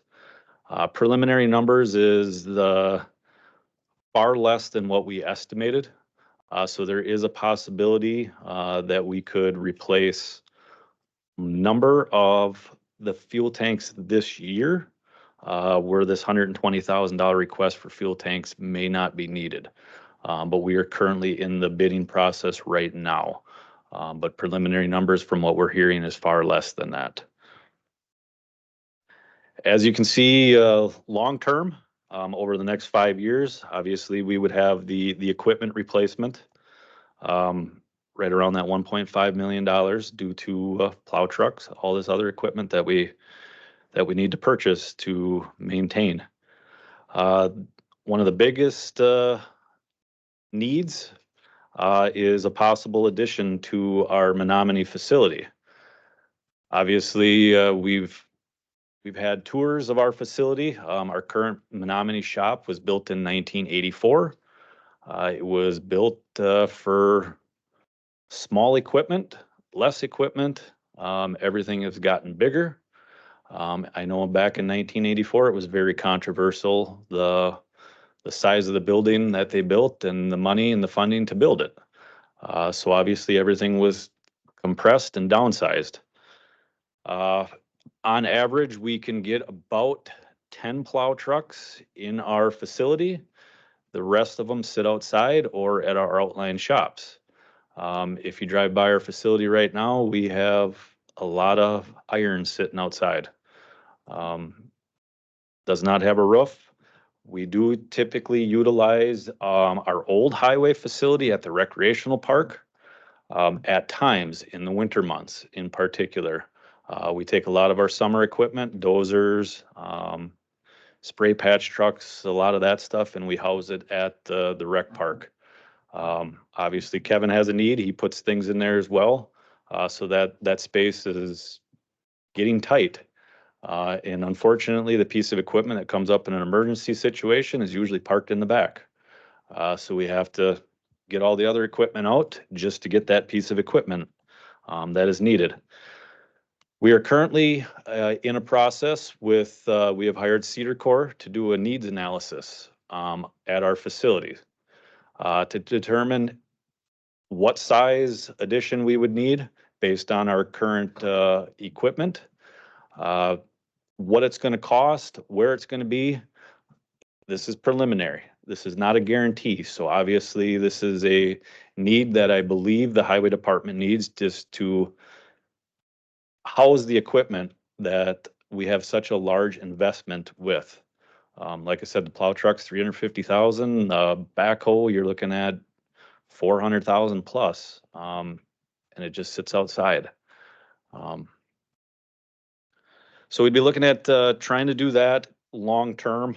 We did have that scheduled in 2026, and obviously we'll have more information this year once Cedar Corp provides that information. Preliminary numbers, like I said, was $6 million. That was 2 years ago, preliminary numbers. I don't know what it's going to be today. We would also incorporate with this addition a automatic wash bay. Currently, our wash bay is in the middle of our building. It's very tight to get into. Backing trucks in and out of a facility that's already tight makes it difficult to try to get in and wash these pieces of equipment. We've had a number of accidents with plow trucks backing into other trucks just to try to jockey in and out of this wash bay. Obviously, the huge cost of this equipment, so we'd like to maintain it. So being able to get a truck in and out quicker through an automatic wash bay instead of an employee that has to sit there and with a hand wand and wash it for an hour, it does come at a cost. So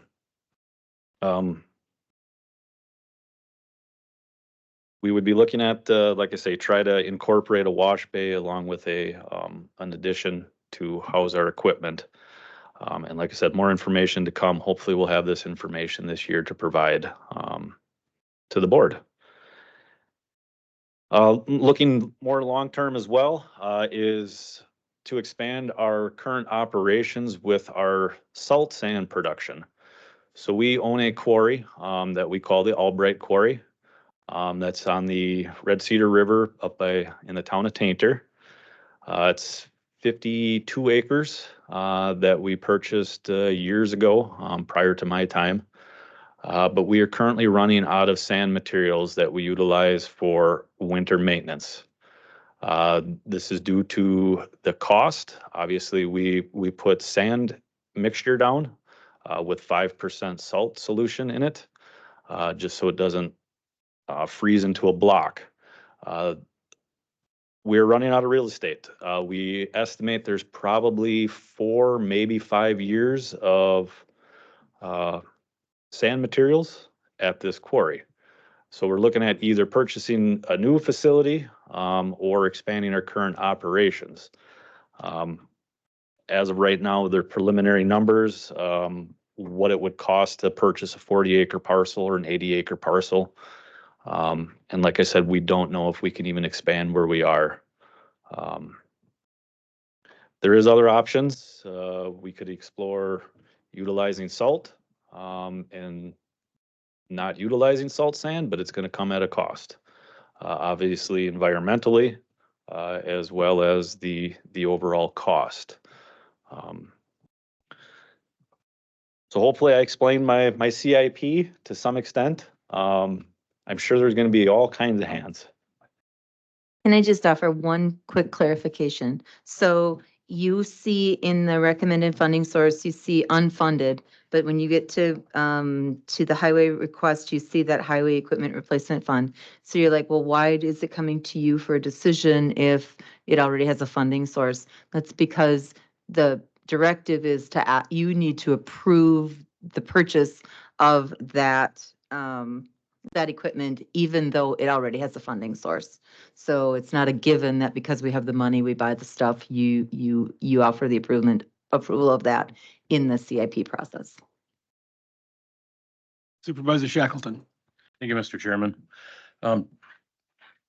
One thing I definitely agree with is the wash bay, because I've been in that county shop and it's difficult to even get a pickup and a plow in and out of that wash bay, let alone a dump trucks. And obviously we're trying to prolong the life of these trucks, so it's very important to wash them. I guess I'm not for sure on how the automatic works. Can you go through there with plows and stuff like that with the wings on? Yeah, so it would be similar situation, like Quick Trip has, at their facility. So basically you drive in with the plows, everything, it'll have enough space for that. A lot of highways around us, St. Croix, Polk, Barron, Pepin, Eau Claire now, they all have these wash bays. Obviously they come with a cost to maintain as well. Obviously it's a heated facility. Sure. There's a lot of piping, water pressure that goes with it, and yes, But it will potentially help these trucks to last longer. And if we can promote our employees, if it's something easy to get in and out, Yeah. they'll do it on a daily basis. Well, it's very tight, that Yes. shop to back in and out of. I'm well aware of that. The other thing I was wondering is on replacement of the tanks. So the fuel company doesn't own the tanks, you guys, or we, whatever, own the tanks. Is that so you can get a better deal on fuel by shopping around, or a lot of times? Correct. Yeah, so every load of fuel that comes in, we bid it out.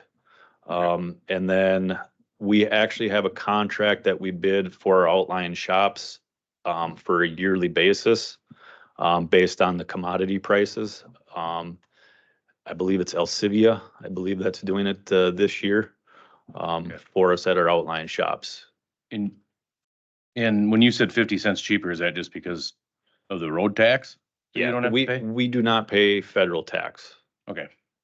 And so you're looking at, if I'm seeing this right, 120,000 to replace how many tanks? So we'd be looking at replacing all 5 of our outline shop locations over a duration of time. So in 2024, we requested to replace 2. Next year, we would be requesting to replace 2, and then in 2026, we'd be looking at replacing 1. And how many gallon are those? 1,000 gallons. So 5 1,000 gallon tanks. Yes.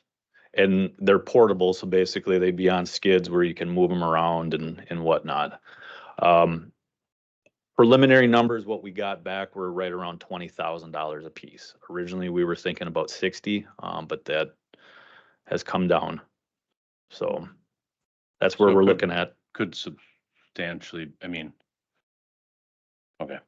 So right now in 2025, we may not be requesting that 120,000. Okay. If we have allocated funds for this year to purchase. Well, I was just looking at that seemed a little high, but I would be more in favor of putting that towards the wash bay and the shop like that to prolong stuff. So, thank you. Supervisor Barrier.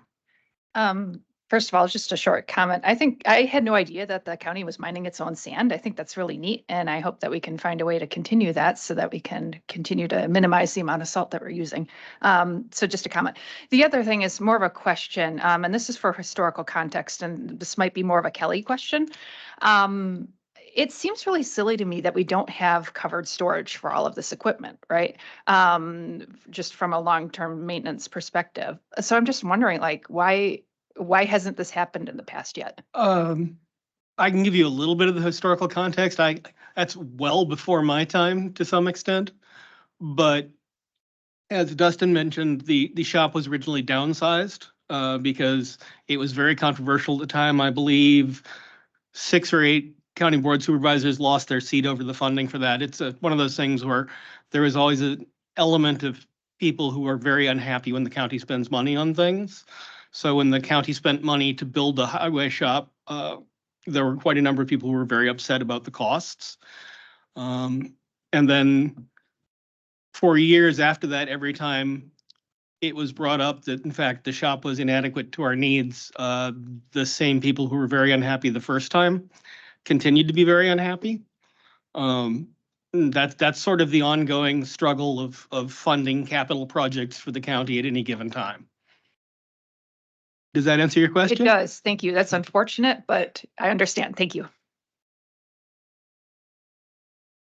Supervisor Larry Bjork. Thank you, Mr. Chairman. I hate spending extra money on anything. And I was happy to hear that you guys are able to use dyed off-road fuel on the plow trucks or not? No. You have to use clear fuel, the highway truck? Yeah, we can use dyed fuel, but we have on-road and we have off-road. So any piece of equipment that is considered off-road, we can get the state gas tax back, such as our dozers, backhoes, all that. But our tanks are basically on-road fuel that we have at our facilities.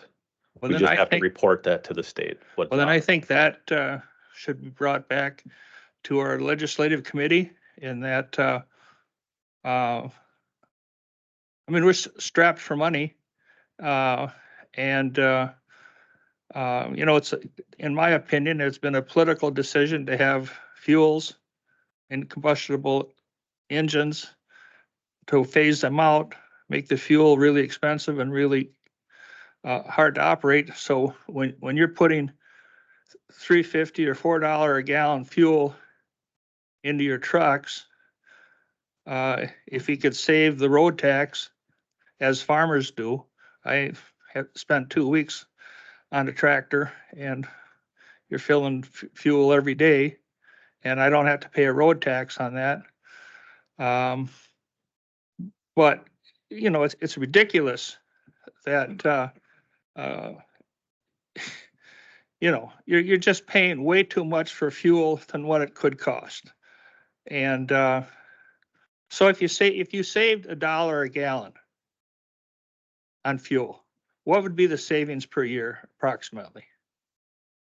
I guess I won't have that number. What we typically utilize for a budget is right around 700,000 a year, just on fuel. Okay, so let's just say that we finally start thinking logically and realize that trucks that run up and down the road delivering products and farmers that provide the crops, and that the county that clears the road, if everybody pays this exorbitant cost for fuel, things are going to cost more. And I can't see any reason why legislators wouldn't go along with county equipment that are servicing the roads also have to pay a tax on road tax. So, you know, that's just my point. I mean, there's $700,000 right there. Okay, thanks. Thank you, Supervisor Bjork. Supervisor Vogel. Thank you, Chairman. I just have a hypothetical question because I know, but how much equipment could you actually fit into the egg barn at the county rec park? Because that's a pretty big building. I don't know. I don't know what the size of that is and what it's currently used for. I don't. Just curious. All right, thanks. Yep. Thank you, Supervisor Vogel. Supervisor Score. And then Supervisor Shackleton. When I drive through Barron, it looks like they built a new county shop. Would that be the kind of county shop that you would like to have? No, so they built a complete new shop from offices to storage to everything. And just to put it in perspective, to build a new highway facility, just like Eau Claire and Polk and Barron all did, it would be about 30 to 35 million. We're I just don't looking believe for you. warm storage. I don't believe you answered that question quite accurately, though. He asked you, is that the kind of shop that you would like? Oh, absolutely. We all would. Yeah, very much so. Pardon me, Supervisor Shackleton. Supervisor Breslin is ahead of you. You mentioned that the surrounding counties all have wash racks at the current time. With that being stated, is there any information out there on what type of longevity increase in the equipment has been realized due to that wash rack? So I believe St. Croix County put a study together, but I have not seen that. But yeah, I mean, if theoretically we're hoping it would save some money long term, just to be able to maintain this equipment. Like I said, we're in the element. We're putting salt down, we're putting sand down, we're putting grit. I mean, it's just in every nook and cranny of that piece of equipment, there is some form of material on it. We have actually seen just in an aspect of certain employees maintain the plow truck that they utilize a lot more than others. And we've seen the return just on the resale value of that piece of equipment. We could have two sister trucks right next to each other. One's maintained and one isn't. And we might get $10,000-$15,000 more for that truck. So I believe there is return if we can have a system in place that is an ease for the employee to just go in and come back out. As well as the labor costs for each one of these employees that on average, it takes about an hour to wash a vehicle by hand. And that, like I said, that's not a perfect wash by any means. So I believe there is long-term savings by having an automatic wash bay. And that's just, like I say, just what I know now. So. Thank you. Supervisor Shackleton. Thank you, Mr. Chairman. So I had another question, but I'm gonna ask you something quick, being you were on that topic. How long does it to go through the automatic car wash or truck wash? Minutes. Okay. So it would be more likely that more trucks would go through there. Correct. Rather than holding up this one bay. Okay. Yep. Other thing, have you explored anything about, let's say, as far as the sand, utilizing any of the stuff that's potentially going to be dredged out of the lake, or worked with So that discussion has come up, but there's a lot of testing of that material that has to come out of that. Speaking with land conservation with Chase, we've had this discussion. A lot of it is stay away from it because there's a lot more added cost into it. The material's wet. Where do you put it? Like I said, it has been a discussion. That's what I was curious. The other thing is like where it is, has there any been talks about where it is washing into the river, about potentially purchasing that property to use the sand that is already washed away from there anyways? To deal with that landowner to use that sand rather than just keep letting it washing into and creating more problems? So we can't just go and basically start mining anywhere we would like. Obviously, we have to go through the mine safety, the MSHA protocols. So we have to declare it as a quarry. We also have to go through Dunn County Land and Water. for annual permits and all that. So as of right now, we are in the preliminary stages of this. In an ideal perfect situation is we would expand where we are. Okay. But I know there's farmland around it and it's very sensitive. It is irrigated farmland, so that would come at even more of a cost. So, Well, and if that was not utilized anymore and you couldn't expand there, I'm assuming that would get sold. correct, we would reclaim it and basically sell it. Okay, thank you. Yep. Supervisor Lyon. My question is about the truck wash and the water usage.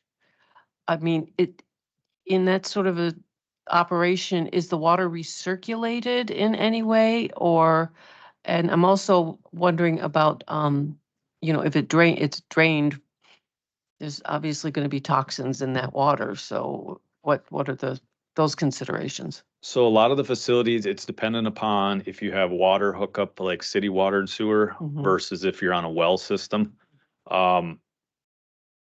We would not be looking at, so basically anything we would utilize would obviously come from the city for water source. So yes, there would be probably increased water costs associated with this. A lot of the facilities that I have found out, they have some form of filtration system prior to it going into the sewer. But I can't guarantee that for all the facilities that have been recently built. Okay. But that is usually a big thing, is to have some form of catch basin where you can at least have the solids be removed. Our current wash bay has that, so we have a tank that we have to clean out periodically of all the sands and stuff like that. When it comes to salt, obviously it's diluted, so we can't really catch that. So, but yes, that is an option to look at, as some form of filtration system. Okay. Thank you. Yeah, typically there's a settling tank and or a filtration tank. Sometimes it's a sand or a lime rock Yes. filtration. That would certainly be part of the process. Supervisor Thomas.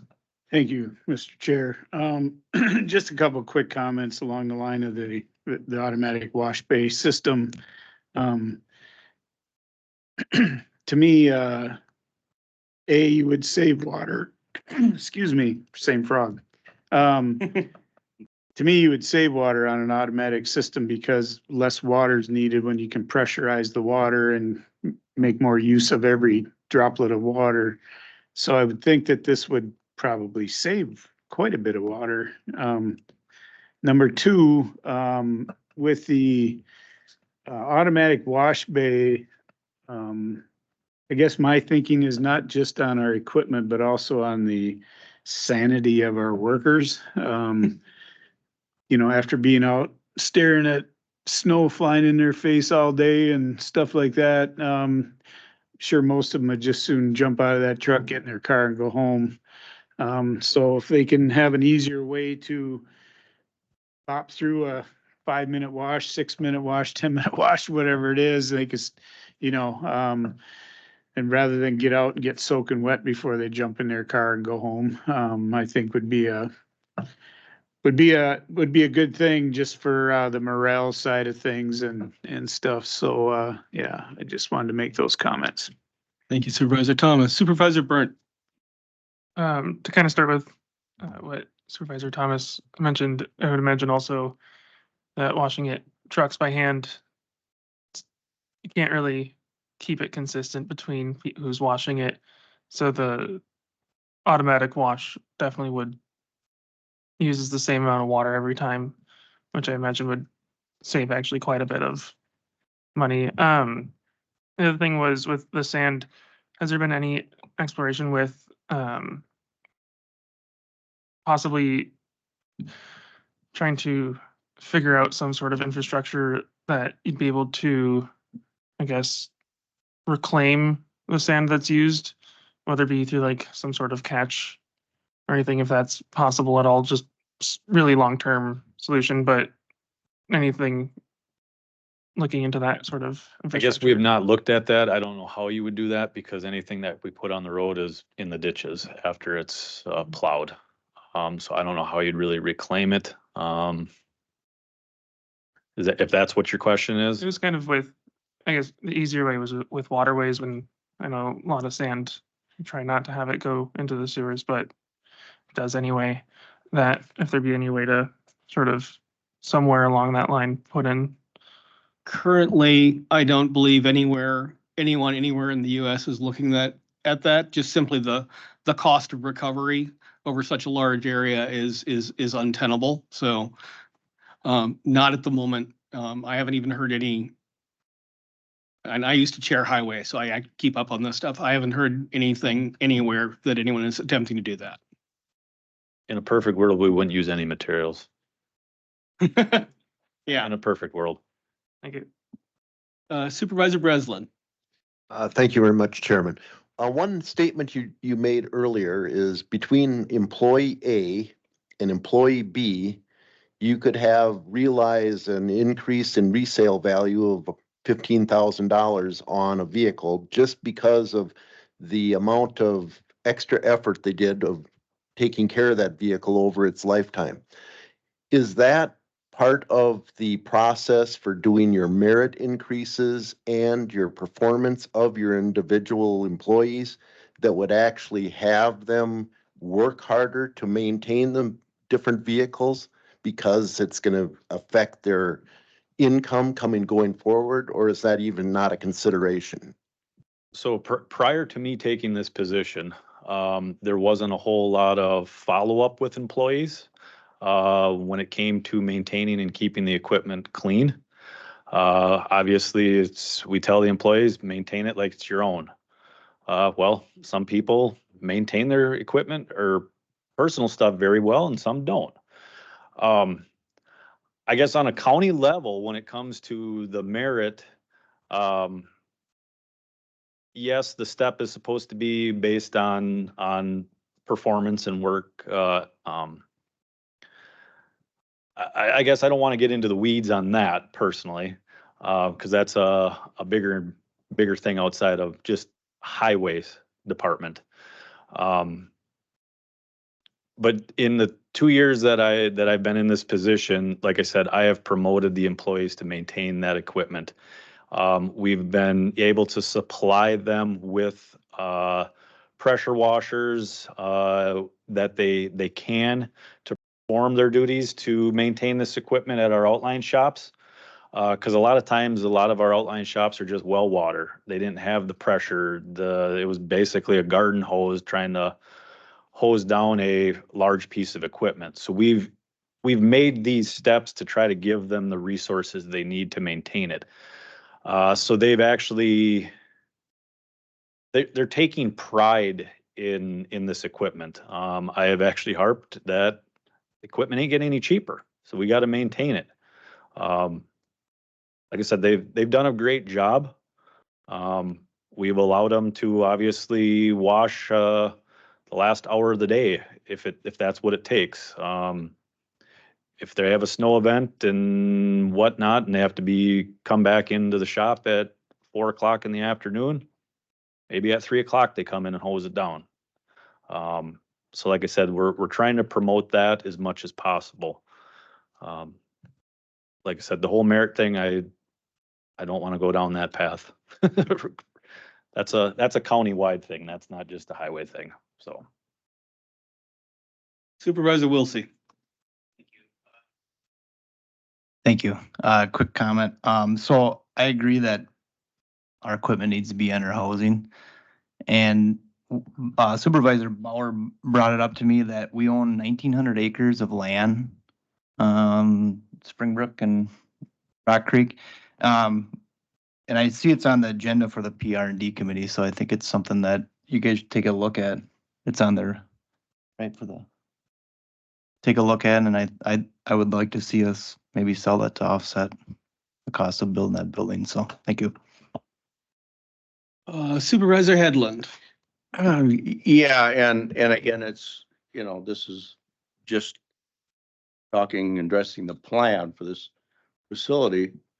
But I guess I would ask that if we haven't, that we can put a little pressure on the people who are doing the study and planning for this, I think that the cost of buildings and materials for those buildings are going up faster, much faster than the cost of the money we would use, to pay for those buildings. And so I guess I think time is of the essence to get it done at the best possible price in the future. Not putting pressure on you.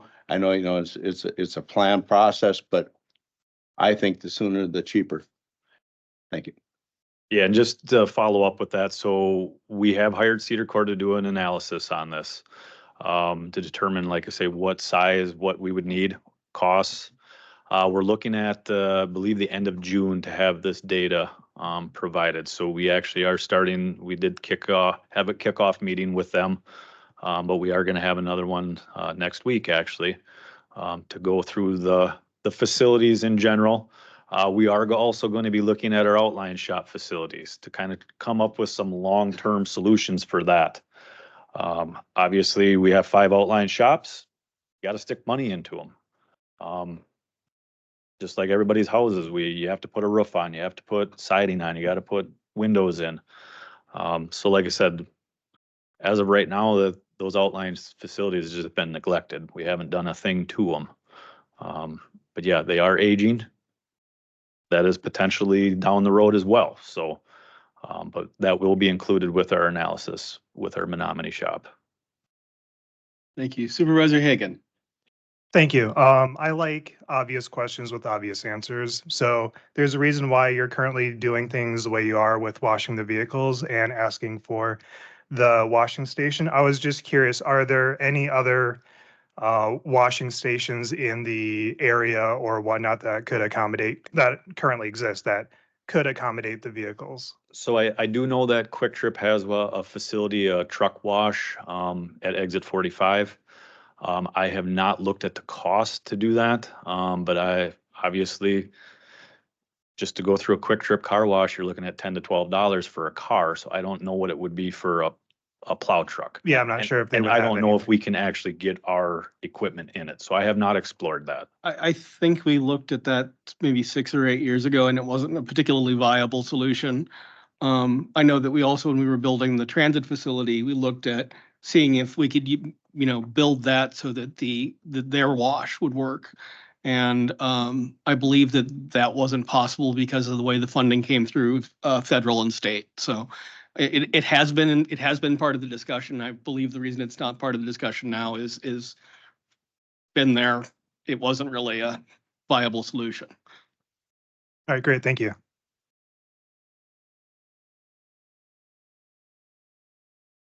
I got no one else. Run like the wind. That wasn't bad at all.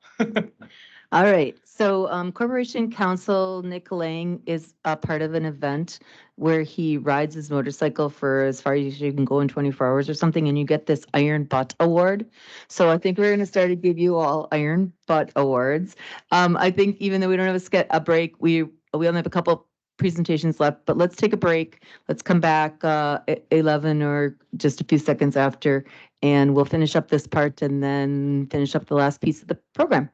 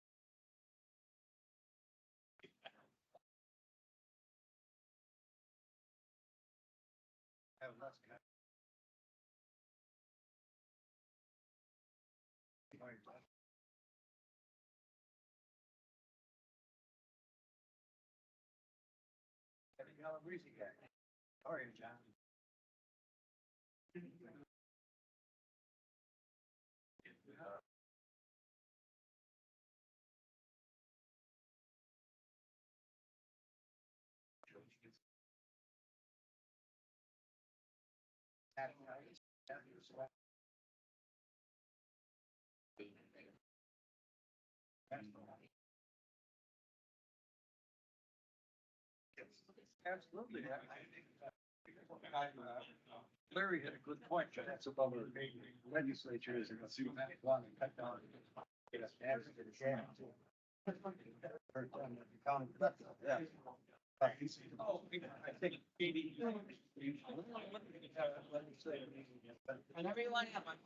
That's a good idea. Medicare pays money expansion. Yeah. That's another good one. I didn't know. And then, actually, maybe I not a little, no, notice we're always, I get the chairman, have him think about this. Get it back in. Months, and, what would you think? Is that right?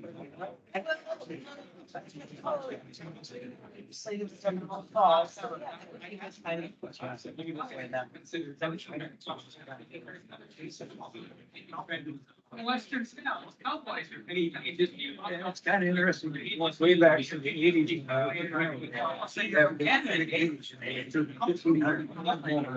We'd have somebody there studying, basically come sign. But we didn't have a big ethnic difference. Language. See what that is. And now.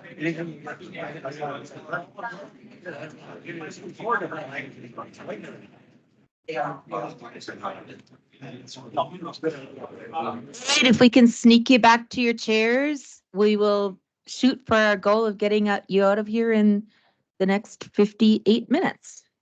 Good. Thank you, Chris.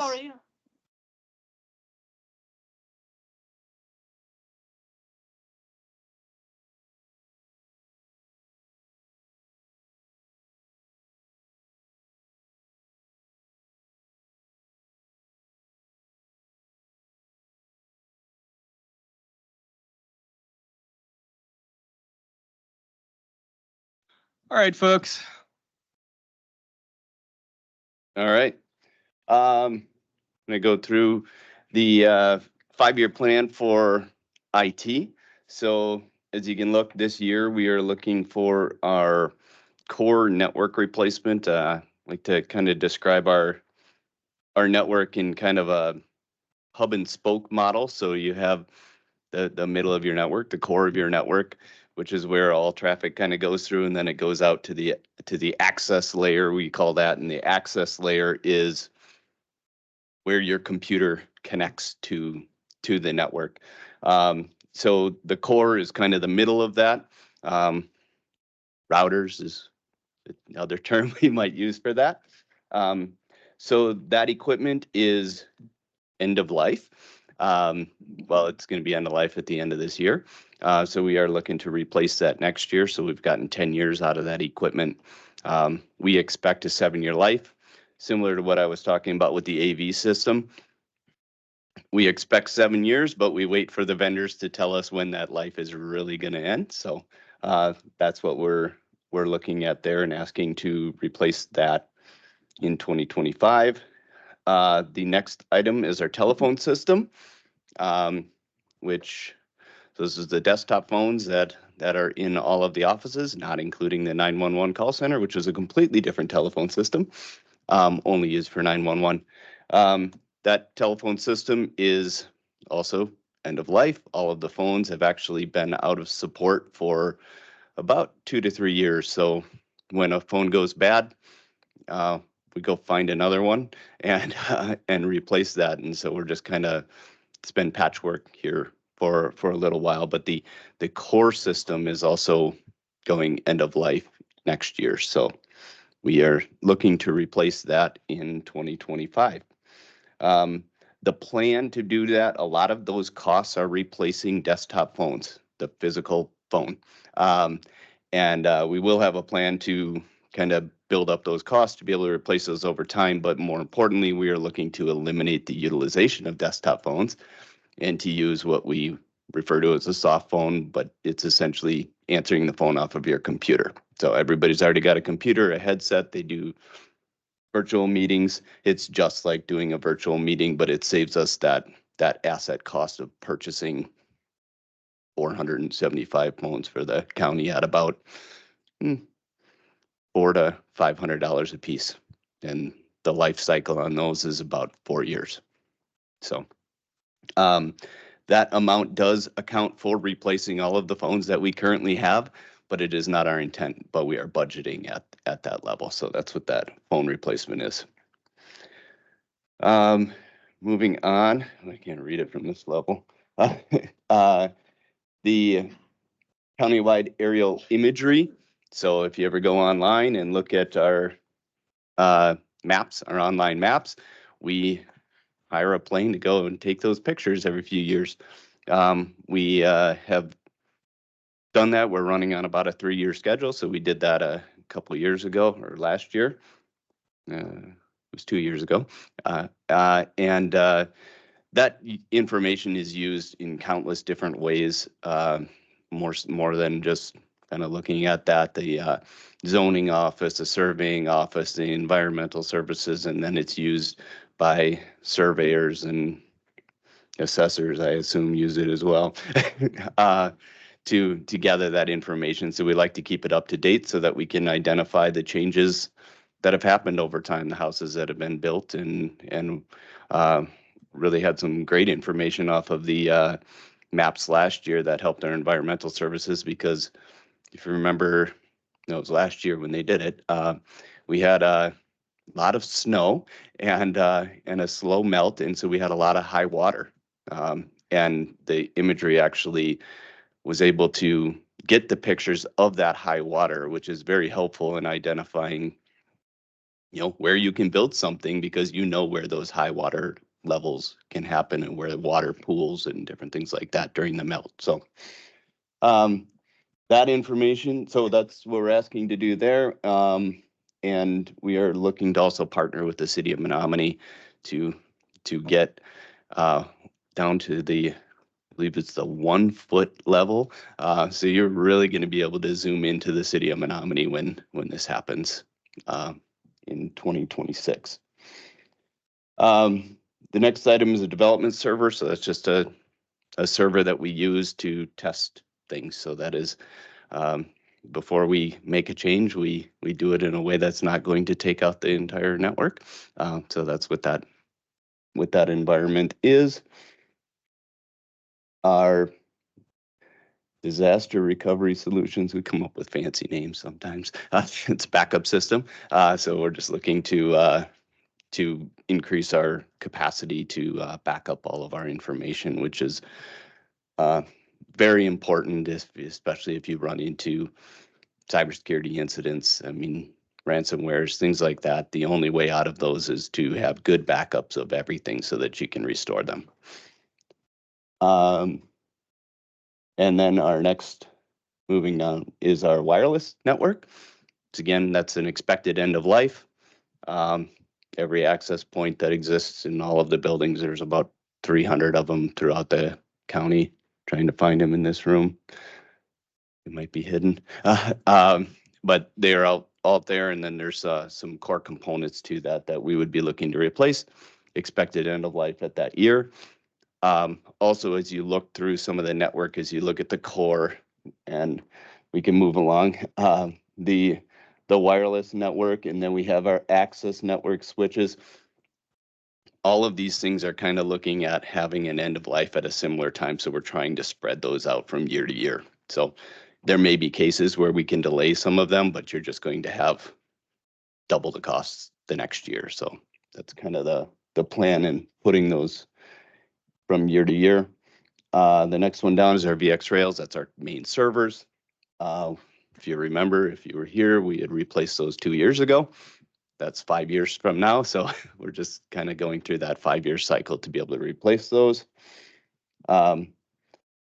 More of that backup system. Like I said, the other one, that disaster recovery solutions, is really an enhancement of our current system before we would actually need to replace it in 2028.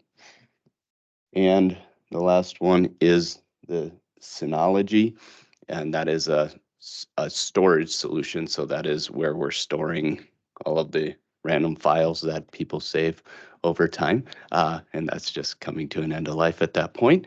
And if you look back on top, you'll see that aerial imagery is also coming back again, because that's on a cycle.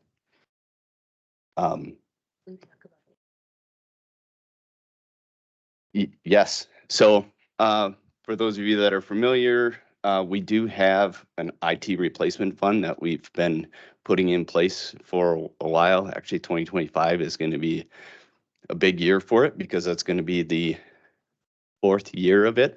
But it is actually going to be the first real big cycle where we're utilizing those funds to replace computers. And the way that works is, when we buy a computer, departments pay for annually, they put away 1/5 of that computer cost into our IT replacement fund.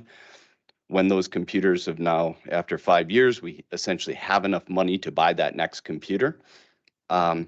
We do not make departments replace the computers at 5 years. If they're still good and functional, we want to continue that life. But if anything happens to that computer, if they're bringing it into our help desk to get fixed every other day, it's like, you know what? We have the money and we will replace that. So we have that money set aside, invested, making interest until we can use that. But 2025 is 5 years after COVID.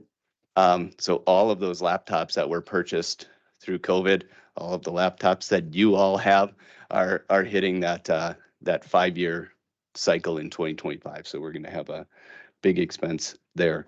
So we do have some of these things, but we're also, a lot of the things that I have on a reoccurring basis, we're also trying to get those into that fund. That gets to be, as you talk about, a $300,000 replacement on a 7-year cycle.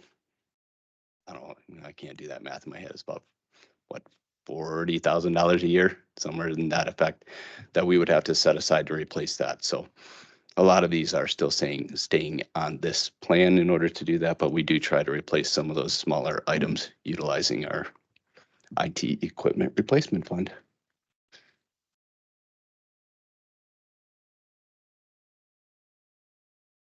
I don't know if I explained it perfectly, or if you've just been here for 3 hours. Supervisor Shackleton. Thank you, Mr. Chairman. So are they not able to do that from satellite, the imagery? Because you said they had to fly over? Yeah, they do flights because it's to get it down, like we have right now a 1 meter kind of accuracy level. They can't get that with a satellite to be able to do that. So that's what I assume. Thank you. And this is it is a consortium that we do this with. So when they do that flight, they're doing Chippewa County, Eau Claire County, all of these. So we just pay into that. And then if anybody wants to purchase it, so any third-party non-government agency wants to purchase it, they sell it and they actually give us the money, a portion of that money back when people do that. Supervisor Breslin. Thank you very much, Chairman. 2 questions, both on the you got it. First, you mentioned that Menominee would be at a 1-foot level, so I'm assuming the remainder of the county is more like the meter level? Yep. Okay, that being stated, is Menominee then kicking in money for that? Yes. Okay. Secondly, also on the imagery, that'll be utilized for the GIS also? Correct. That is the GIS. Perfect. Yep. Supervisor Burnt. Thank you, Chairman. With those sort of network upgrades and replacements, I imagine those would be moving towards at least gigabit, maybe 10 gig service? So, yeah, we are gigabit at the access layer and 10 gig to the world right now. Awesome. Yep.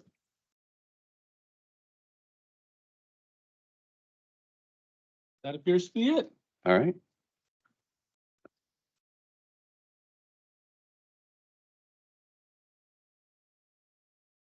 This might sound a little snarky, I don't mean it to, but I love how you all are experts on wash bays, but you didn't have a whole lot of IT questions. Okay, I'm gonna quick cover the Neighbors of Dunn County request. This will look familiar to some of you who have been here for a bit because it's similar, it's the same request that's been made for some years. What happens with NDC is that they, again, are coming to you for approval to spend this money if they have the money to spend. So if they're in a positive, structurally positive financial year, then they would use the fees to do these upgrades to their buildings. But I believe that these have been on the capital improvement plan for at least 2 years. I think this is the 3rd year, and they have not had that extra money to be able to do them. But again, it needs to be part of your approval process for them to spend the money if indeed they have the money at the end of the year. A question, and that building is a decade old now, 10 years. Oof. All right, any questions before we move on? All right. Like it. All right, we're gonna hop into the last segment of this before we tell you kind of how this all rolls up going forward. Some of this is just a bit of education, laying a groundwork of education for you or information for you, both related to capital improvements, but also as we move into our annual budget cycle. And just by way of information, we will put out, you will approve in your May meeting, the 2025 budget calendar. And how that comes together over the remainder of the year. So we are in May in a few days, so we'll be moving into budgeting in the next month. So I wanted to spend some time talking to you about levy limits and net new construction. And I'm gonna toss in a few other things in here that just kind of all work together. So the first thing that I want to do is just talk with you about, make sure that we have the same understanding of some of the definitions. Because I think we talk about them all the time, but they're not necessarily common language to other people. So levy is simply the money that's collected through property taxes to fund operations or fund what we do. And a municipality is a local unit of government, so it could be a town, a village, or a city, and a county as well, by state definition. But this towns, the villages, the cities, the counties all collect levy in some capacity or need levy in order to be to do their operations. So capital improvements, we talked about those. In the way our practice has been in Dunn County is to ask for one-time purchases that are more than $10,000 to be approved in our capital improvement plan. Although the technical definition of capital improvement is more along those buildings, renovation, bricks and mortar types of things. Assessments. We're going to kind of roll through some of these things. So I wanted you to have sort of the idea of the definition of these things. So it's the value of a property determined by an assessor for determining how much property taxes are attached to that property. And then assessors are state certified folks hired on the part of the local municipalities to do those assessments. And equalized value then is all of the market value within a county or a municipality. So there's an equalized value for the entire county of what's all of our fair market value of all of our property worth. But there's also, then it also breaks down as there's an equalized value for the city of Menominee, for the villages, and for the townships. And then So assessed value, and we're going to do some work on this over the next few months in the county board meetings, but I just liked this last definition, that assessed value is important in maintaining fairness among individual taxpayers, and equalized value maintains equity between the municipalities. And we'll spend some more time on that, like I say, kind of going forward. So I wanted to show you. Chris, Yep. with the levy, do you want to touch on our other taxing units, the schools and? Sure. So kind of a little bit tough. So when you receive your tax bill, and again, we Dan and I put together a whole presentation last year. We'll probably redo at some point in time in the budget cycle this year, because again, it's one of those concepts that's really, really, it seems like it should be easy, but it's very complicated.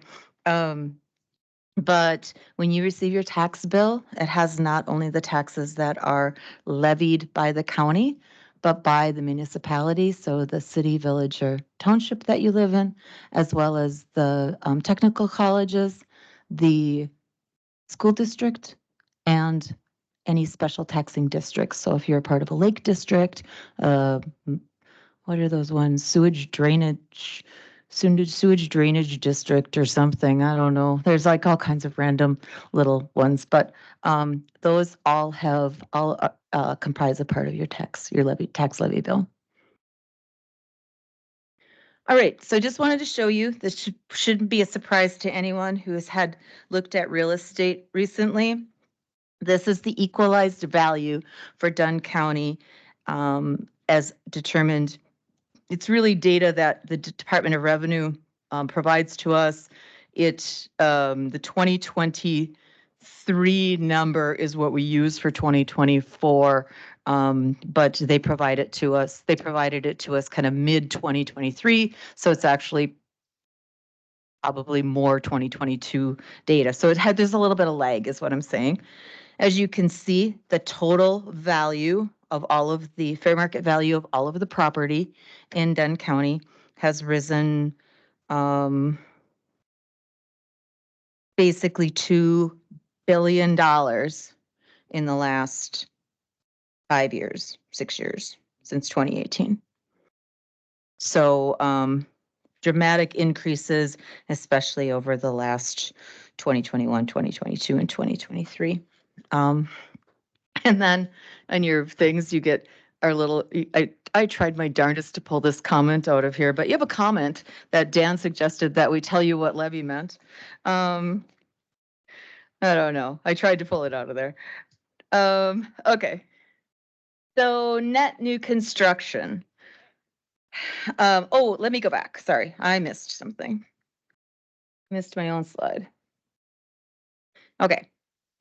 In 2005, in the 2005 to 2007 state budget cycle, so it's a biennial cycle, we will be entering one of those bienniums this next summer, which always makes, or this coming summer, which always makes budgeting a little interesting, because until the state budget is settled, we don't often know where some of our revenues, our allocations are headed until that gets finalized.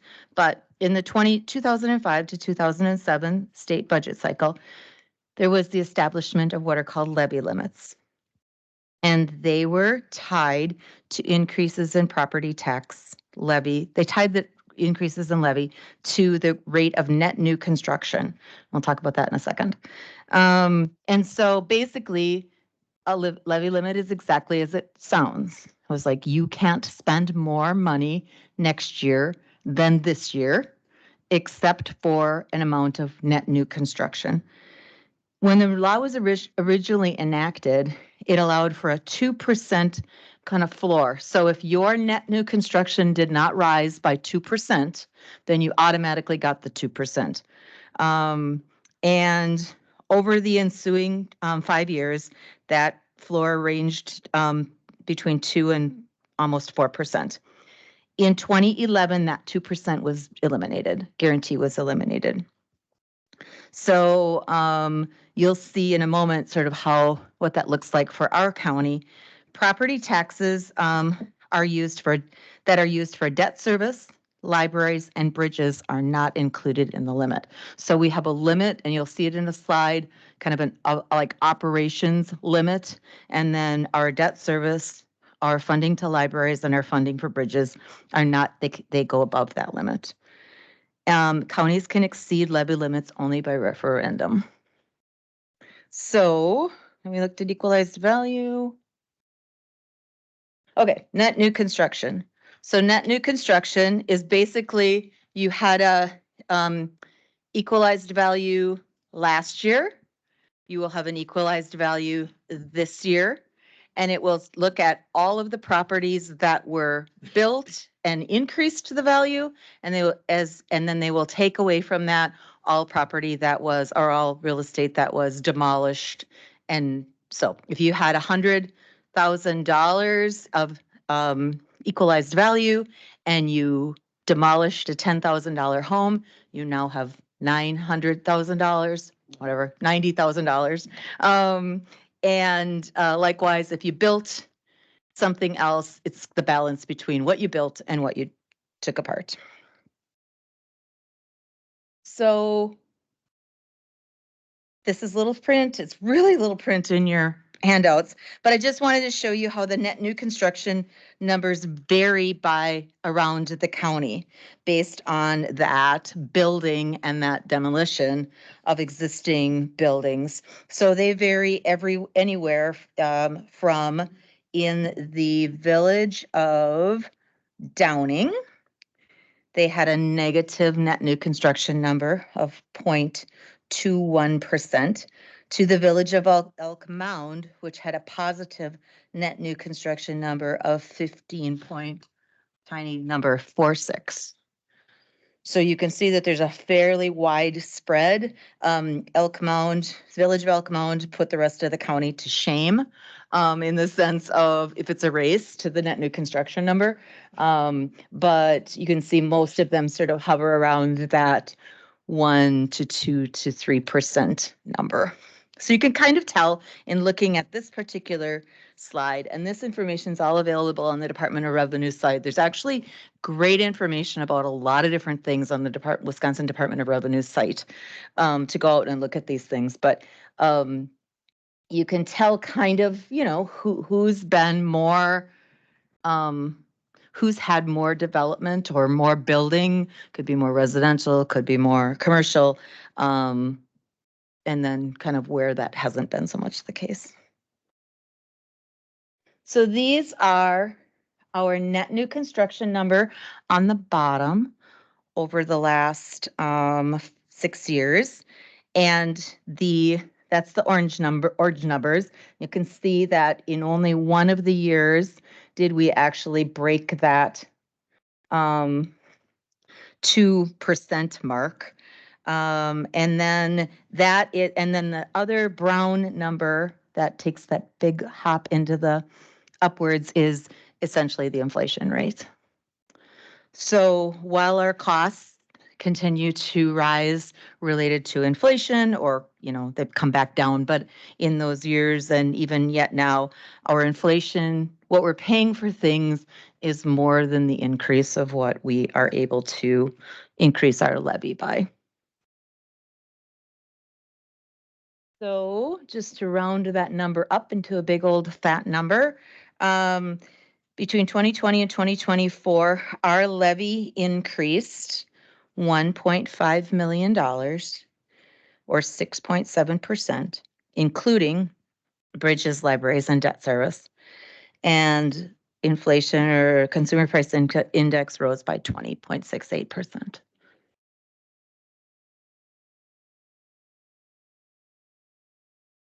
So looking at the actual then impact on kind of what these things would look like if the world were slightly different, whether you support levy limits or don't, just in terms of comparing what it costs to do business, you'll see that in the blue number on the left is what the levy limit is currently at net new construction. So these are our actual numbers in the blue. If the levy limit had been at 2%, you see that there's a slight increase in the orange. And then if the levy limits had been at the consumer price index or the inflation rate, you see how much more money that would have been. So this is a slide that I just want to show you because I know that there was a lot of discussion, and there has been and there will continue to be a lot of discussion about borrowing. And I think sometimes there's a thought about what impact borrowing will or won't have sort of on the ultimate tax bill. And so I just we wanted to be able to illustrate for you that blue, big old blue chunk of data is all of our operational, that's our true levy limit in a sense. That's all of the levy that we can spend by statute, unrelated to bridges, libraries, and whatever the other thing is, debt. So that number, if that number increased, if that net new construction number increased by 1% a year, you can see how there's just a gentle rise or slight rise of that number going up.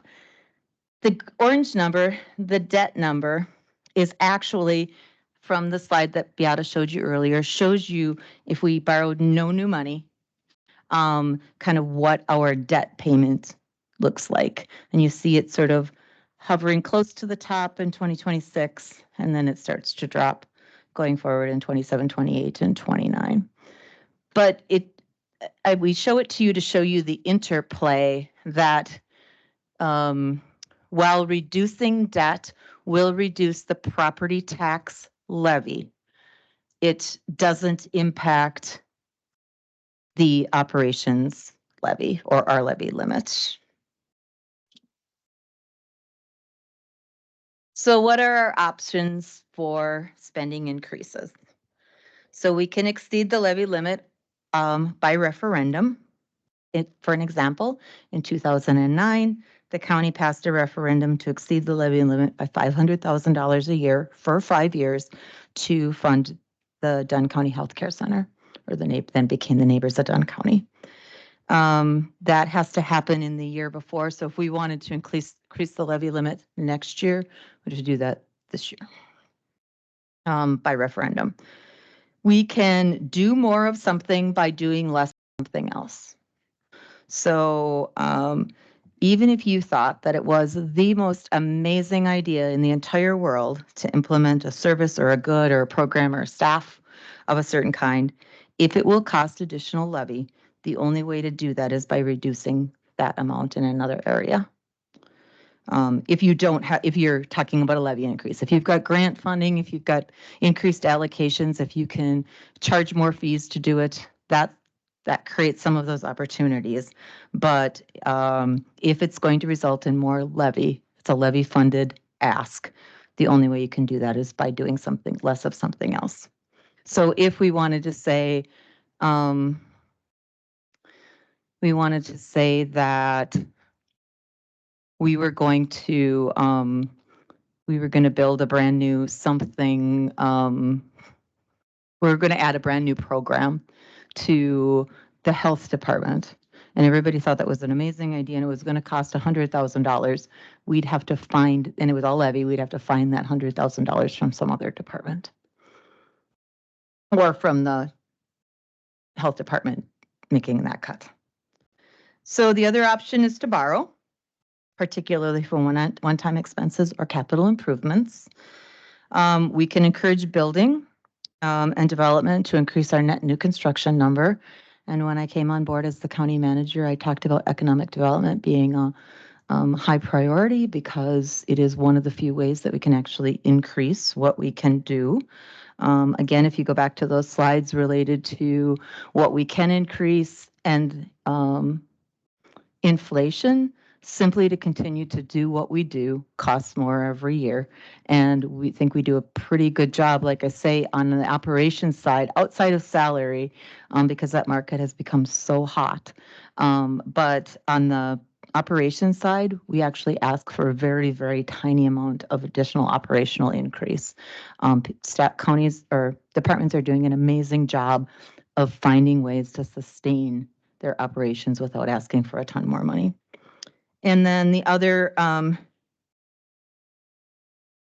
so reducing debt decreases the property tax levy, but it decreases or eliminates funding for highway projects and capital improvements unless you find those in other operations.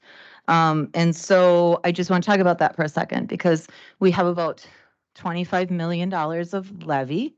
About I'm just using ballpark numbers, about $5 million of that is debt service. If you wanted to do $5 million of highway projects and not borrow for it, we'd have to find that $5 million in other operations, and we would essentially cut other operations by 25%. So that when we talk about borrowing, I'm not telling you you should want to borrow or shouldn't want to borrow. One of our goals over the next month is just to make you understand the impact. And Dan has been working on a nice spreadsheet, which because the other thing about it is sometimes when you make cuts, they're counterintuitive. So the best example I can give you would be the child support office. For every dollar spent in the child support office, they receive 66 cents back from the federal government towards their operations. So if you cut all of the levy out of the child support office, you're not only cutting the county levy, but you're cutting the federal match. And there's a far greater financial impact than just taking $1, $2, $5, $10,000 out of their accounts.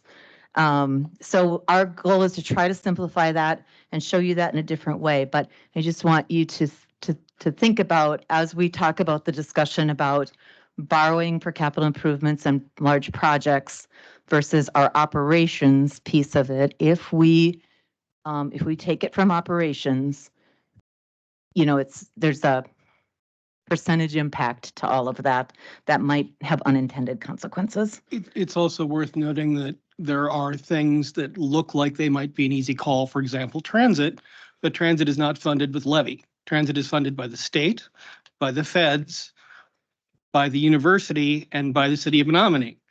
And if we were to eliminate transit completely, we would then have to replace the dispatchers that we use from transit to dispatch volunteer drivers all through the county for aging and disability.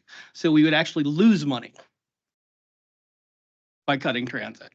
Yeah, there's so much of it that's just like I say, kind of counterintuitive. Another example, because we'll talk about it, is so because your next question may well be, well, what about mandated versus non-mandated services? So we are not mandated by the state of Wisconsin to do economic support services, Badger Care, Medicaid eligibility, food share, child care funding determinations. We're not required to do that. But at the point in time that the financial structure to that program came into being, the county was all of the counties needed to contribute toward the state's system to do that, to the tune of whatever levy that they had in the program in 2009. In our case, that was about $400,000. So we can say, state, we don't want to do economic support services, but we're still on the hook for $400,000 a year going forward into infinity or whenever they change that law. So you can cut that service. We actually spend less than that in levy, but you could say it's a non-mandated service. We're not going to do that service anymore. State of Wisconsin, we don't want to do it, and it would still cost us $400,000 to do it, to not do it. It sounds really weird. But we're going to try to make all of that much clearer over the next few months. So these last couple pieces, just sort of, there wasn't a great transition to move into this, but I want to talk just a little bit about shared revenue. Because it's another term that you'll hear, and you'll especially hear it now as we move into a state biennial budget cycle. It's the government's sharing of the income taxes that it collects. So the state collects its income tax, and then they share it through revenue sharing back out to the counties and municipalities. However, they don't do that. Now, they just did an adjustment to it. So the slide I'm about to show you is not adjusted to their adjustment because that data doesn't exist yet. This is the first year. But coming into this year, this shows you in 1987, the state funded about half of the cost of goods services that the things that counties and municipalities provided. And this is just county, about half. By 2019, that amount had shrunk to 25%.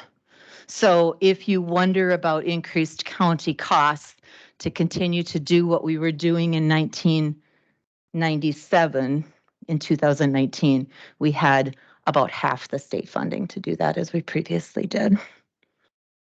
And then the one last random, that is so tiny, and I really apologize, so tiny on your printout, but one of the questions that came up, because you'll hear this sort of rumbling around and like, well, there was this discussion at some point in time, and what was the action that the county took to talk about borrowing going forward? So I just wanted to find for you sort of when did that discussion occur and what was actually said. So this was a memo from 2021 that came from the deliberations at that time. So these are, some of you were on the board, some of you obviously weren't. This was the deliberations at that time that basically said that executive committee, and then agreed upon by the county board, agreed that they would spend $124,000 from our fund balance each year. As it says, include, can't even read my own little time, can't even read the old little time writing. I thought it was 124,000 levy. Yeah.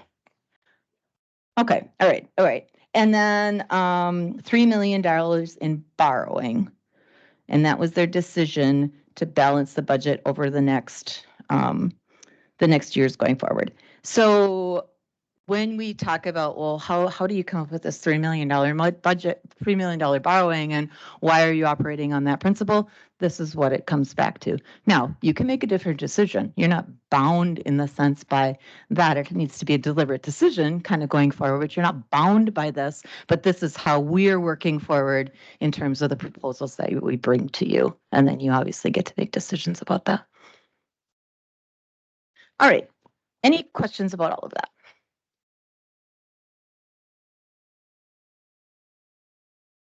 Supervisor Larry Bjork.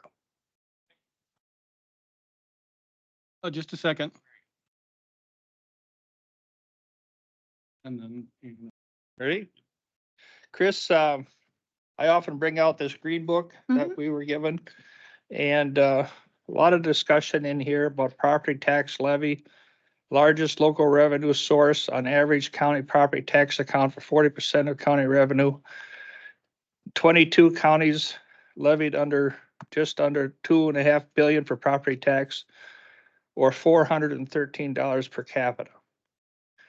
So we often talk about the counties adjacent to us, just as recently as the discussion on the salaries for the elected officials that are coming up. And we're often given the fact that we're just trying to keep up with the neighborhood. Well, this book has a county levy per capita. So that would be how much county levy per capita there is, okay? So north of us, the county levy per capita is $465 per person per capita. East of us in Chippewa County, it's 312. East of us in Eau Claire, it's 384. West of us in Pierce is 488. And also west in St. Croix is 454. So, and then the one that is higher than Dunn County is Pepin at 714. So we're surrounded by all these counties ranging from 465 per capita, 312, 384, 454, 488. And Dunn County comes in higher than all of them at $536 per capita. County levy per capita, $536. So we have a high tax bill compared to our neighbors. And one of the other things in here is who can afford what? And I was shocked, the county debt on obligations, debt obligations per capita. And Chippewa County is 131. Eau Claire County is way up there at 998. Pepin again is 1635, smaller population. St. Croix, 589. Dunn County comes in at general obligations debt per capita at $1,061. So we have a high debt, we have a high levy, we have a general obligations that's high. And I'm just going to wind it up and say, if you want to look through it and you would see what the county, the average income per person in Dunn County, we're $10,000 per person less than Chippewa and Eau Claire County and around. So, you know, we're already taxed high and our residents have less money to pay. Unfortunately, a huge part of that is the result of building roads decisions that happened 50 and 60 years ago. We are, is it eighth highest or seventh highest per capita for roads? Seventh. So we have a lot more road here that we have to maintain. Yeah, I can give you that amount if you'd like. Sure. Okay. Because, you know, if we were to cut our roads down to like a comparable Okay. per capita. Okay, here we go. County highway miles. Chippewa County, 981. Dunn County, 851. Eau Claire County, 844. Pepin County, 309. So yeah, we've got 851 miles. Chippewa has more. Eau Claire has more. Eau Claire and Chippewa also have much larger populations. Right, and so per capita. Yeah, but they have a lower levy. They pay less money per capita. Right, and they because have they have fewer roads per capita. Yeah, okay, well, that's why I brought in the. I mean, that's why, okay, that's why I that's a brought in. huge. Okay, So are you proposing we like get rid of 100 miles of road? no, I am proposing to not keep adding people onto the payroll. Last fall, or whenever it was, I came to the executive committee and the 9 members sit in a circle and it's an up or down. And they went down on a sheriff's deputy to run the RTs. They said, yes, we want a sheriff's deputy to oversee the other sheriff's deputy at the jail at night. So that's an added position. There's a mile of road right there. We gave assistance to the county manager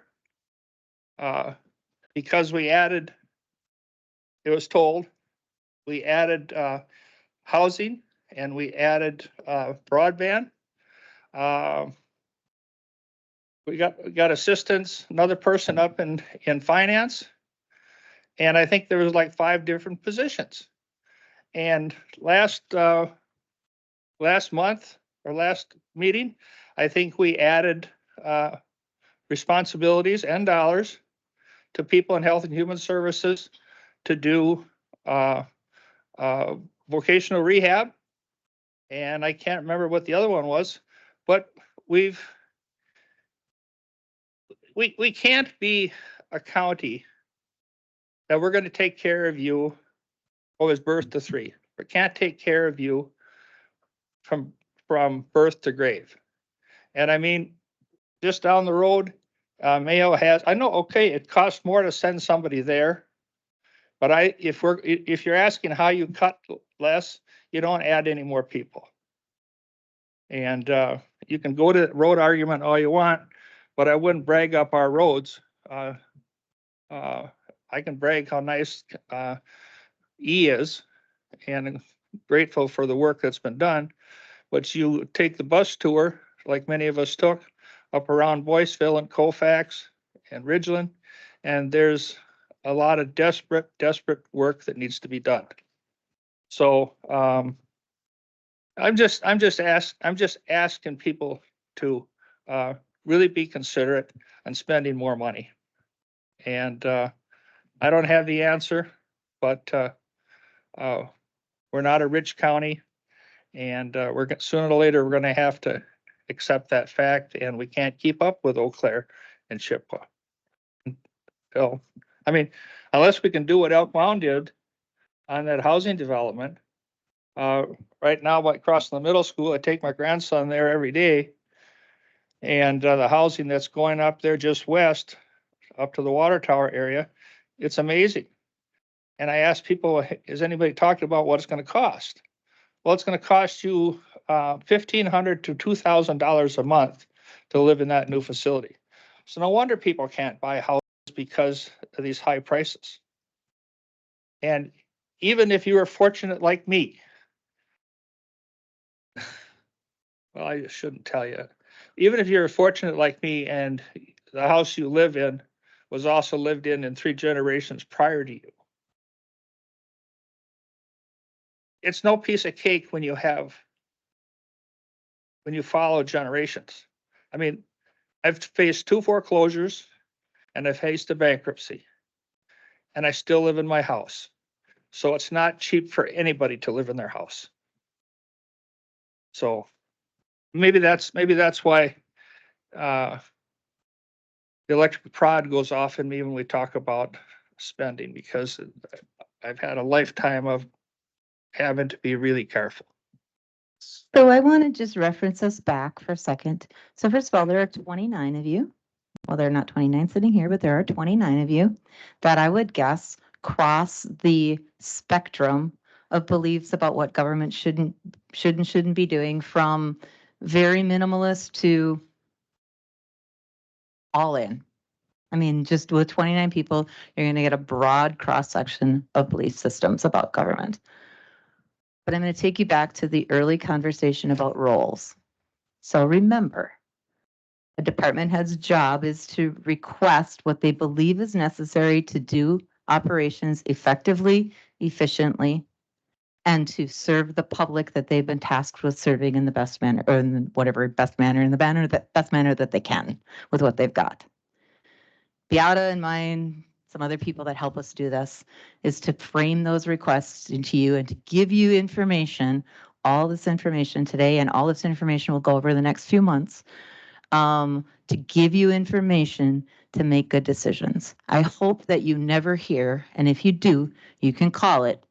I hope that you never hear the attempt to sway you in a particular direction, because I'm not. I don't want it to be the case. I want you to know what the options are and what the consequences for the options are, good and bad. And then your job, and this is where I think it's the really hard part, your job is to decide what to do with that. What are you going to fund, and to what degree, and how? And we can give you options, we can tweak those options. We've done that on multiple occasions. We'd like to do this instead of this, or we don't do more of this or less of that. We can do all of that work for you. But in the end, the decision's going to be yours. And taking into consideration, you have a broad cross-section of people. I can't predict how that's ultimately going to play itself out, but you are going to be the decision makers about that. And you're right, it's a huge task, and you take into consideration not only your own personal thoughts and feelings, but also the needs of your constituents and the needs of the county at large. It's all very complicated. If there were easy answers, we wouldn't be spending our Saturday morning doing this. We'd just be, whatever, implementing the easy answers. But I do come back to remembering whose role is what. When someone comes to request a position, a good, a service, whatever, they're doing so believing that that is an important piece of what they provide. You get to decide whether that justification is sufficient, and if there's sufficient money to do that. Thank you, Chris, and I apologize for getting somewhat heated. I try never to do that. My apologies, Supervisor Bjork. Supervisor Vogel. Thank you, Chairman. I can't recall if in our housing study, did it find that Dunn County has too many regulations on new construction, or that we have created some barriers Uh, that that I think Supervisor Morehouse might be able to speak to that if, without anyone's objection. Mr. Chairman. Thank you, Mr. Chairman. It did not conclude that our regulations were problematic. It asked us to review them, which Housing Task Force has done. And we will continue to be looking at that. But no, that is not the principal obstacle to the 3,000 new housing units that we need by 2040. Supervisor Headland. Yes, just to go back and hopefully briefly here, but the thing that Chris brought up about that plan, and back at that point, it became apparent to the executive committee being pushed by that time county manager that we needed to plan ahead. That if we were going to weather the storm of high inflation and low numbers of buildings being built in Dunn County and the spread that was creating, we had to try to plan to do as much as we could with facilities to keep them open, keep them operating, keep enough trucks on the road to keep the snow plowed. And so that was the plan at the time. The plan at the time was, what could we afford to take out of levy? We said, well, let's try to commit $124,000. And that was based on what we had available to us, percentage at the time. And then we were still going to come up short by average of about $3 million. And so he said, how can we fund that? Do you want to go to the people and say, we want a referendum for the next 10 years to add $3 million to your tax bill? Or we could use $3 million a year to offset those construction costs, maintaining, put a new roof on this building, remodel this building, maintain all those highway shop buildings, maintain our parks. And so those are long-term assets to the county that making that borrowing like you would do personally at your own home or farm or business made sense to us. It wasn't a fixed thing. It was just an estimate thing of what at that point we were going to need. And I don't see that we don't need it. That's the whole thing. I wish we did. I wish it had changed. I wish we were getting more money back from the state or whatever the case may be, that we were building, 70 new homes, to make up that difference. It's not happening. That's what Chris is providing us. It's not happening. So how do we continue to exist? How do we continue to offer the services, plow your roads? Just like I think Larry said, northern part of the county, not a fun bus ride, was it? No, it's not. It's not going to get any better if we don't continue to plan. And that's why we're here. Thank you. Thank you, Supervisor Headland. Supervisor Hagan.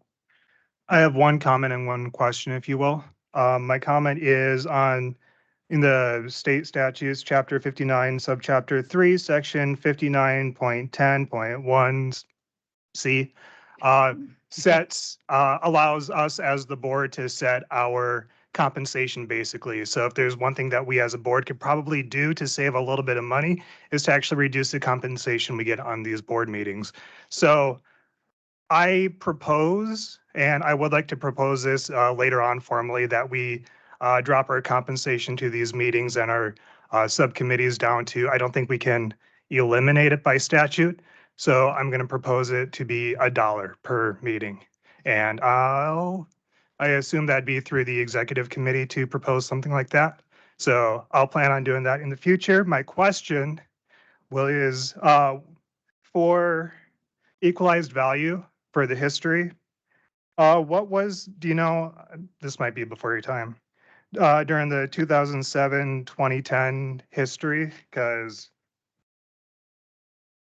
for the example you gave for the Dunn County Healthcare Center was in 2009. Around that time was obviously the big recession that we had. I'm assuming that hit equalized value in the county pretty hard. I'm assuming. I could be wrong. So what would happen with equalized value if it like dropped by like 2 million? Because value, I don't know if during that time period, 2007 to 2009, during all that, if the house prices like dropped considerably in the county. Do you know anything about that? So I don't know going back that far because obviously that would have been more than 10 years before even this chart in terms of, and there's sort of some apples and oranges comparisons in that. There's been a lot of building in that amount of time. The impact of equalized value in and of itself, remembering that equalized value spreads out the tax burden among the municipalities. So in and of itself, it's going up and it's going down.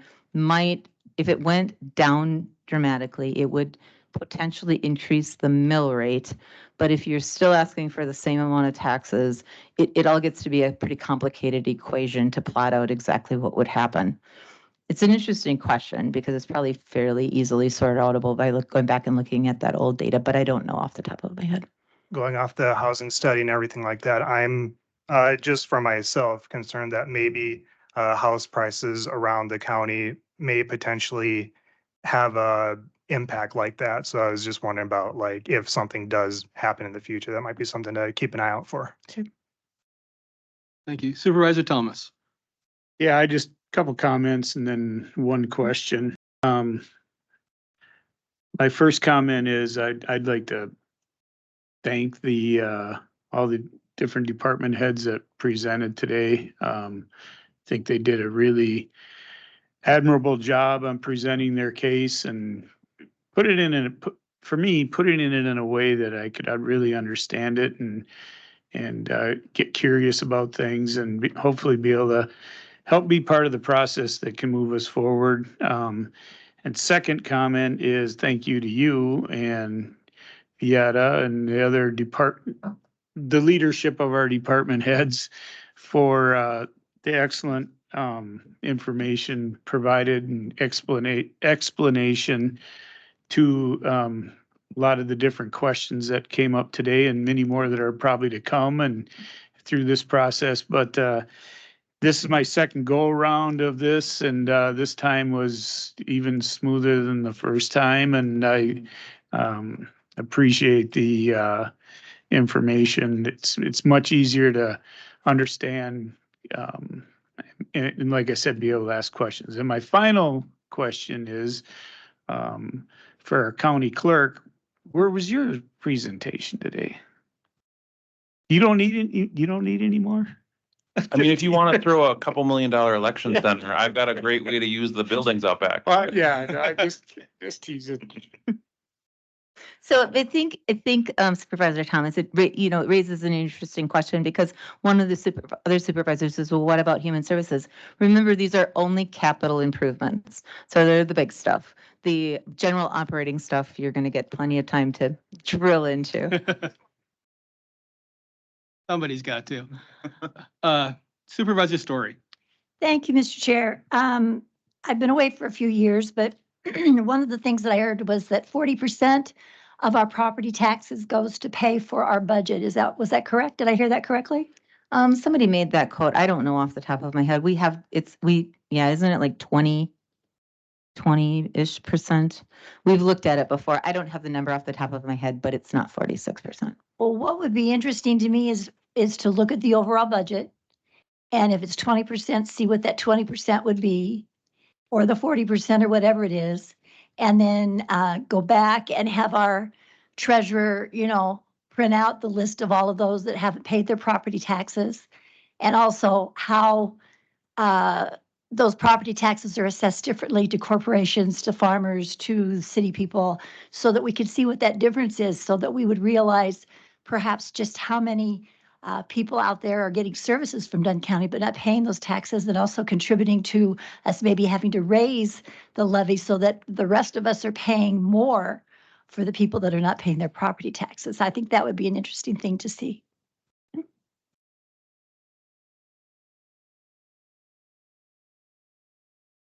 So again, before I invite Beata up to finish up by telling you what the next steps are going to be, I just invite you, call, send me an email, send us an email, stop in, write it on a piece of toilet paper and slip it under the door. I don't care, however you want to ask questions.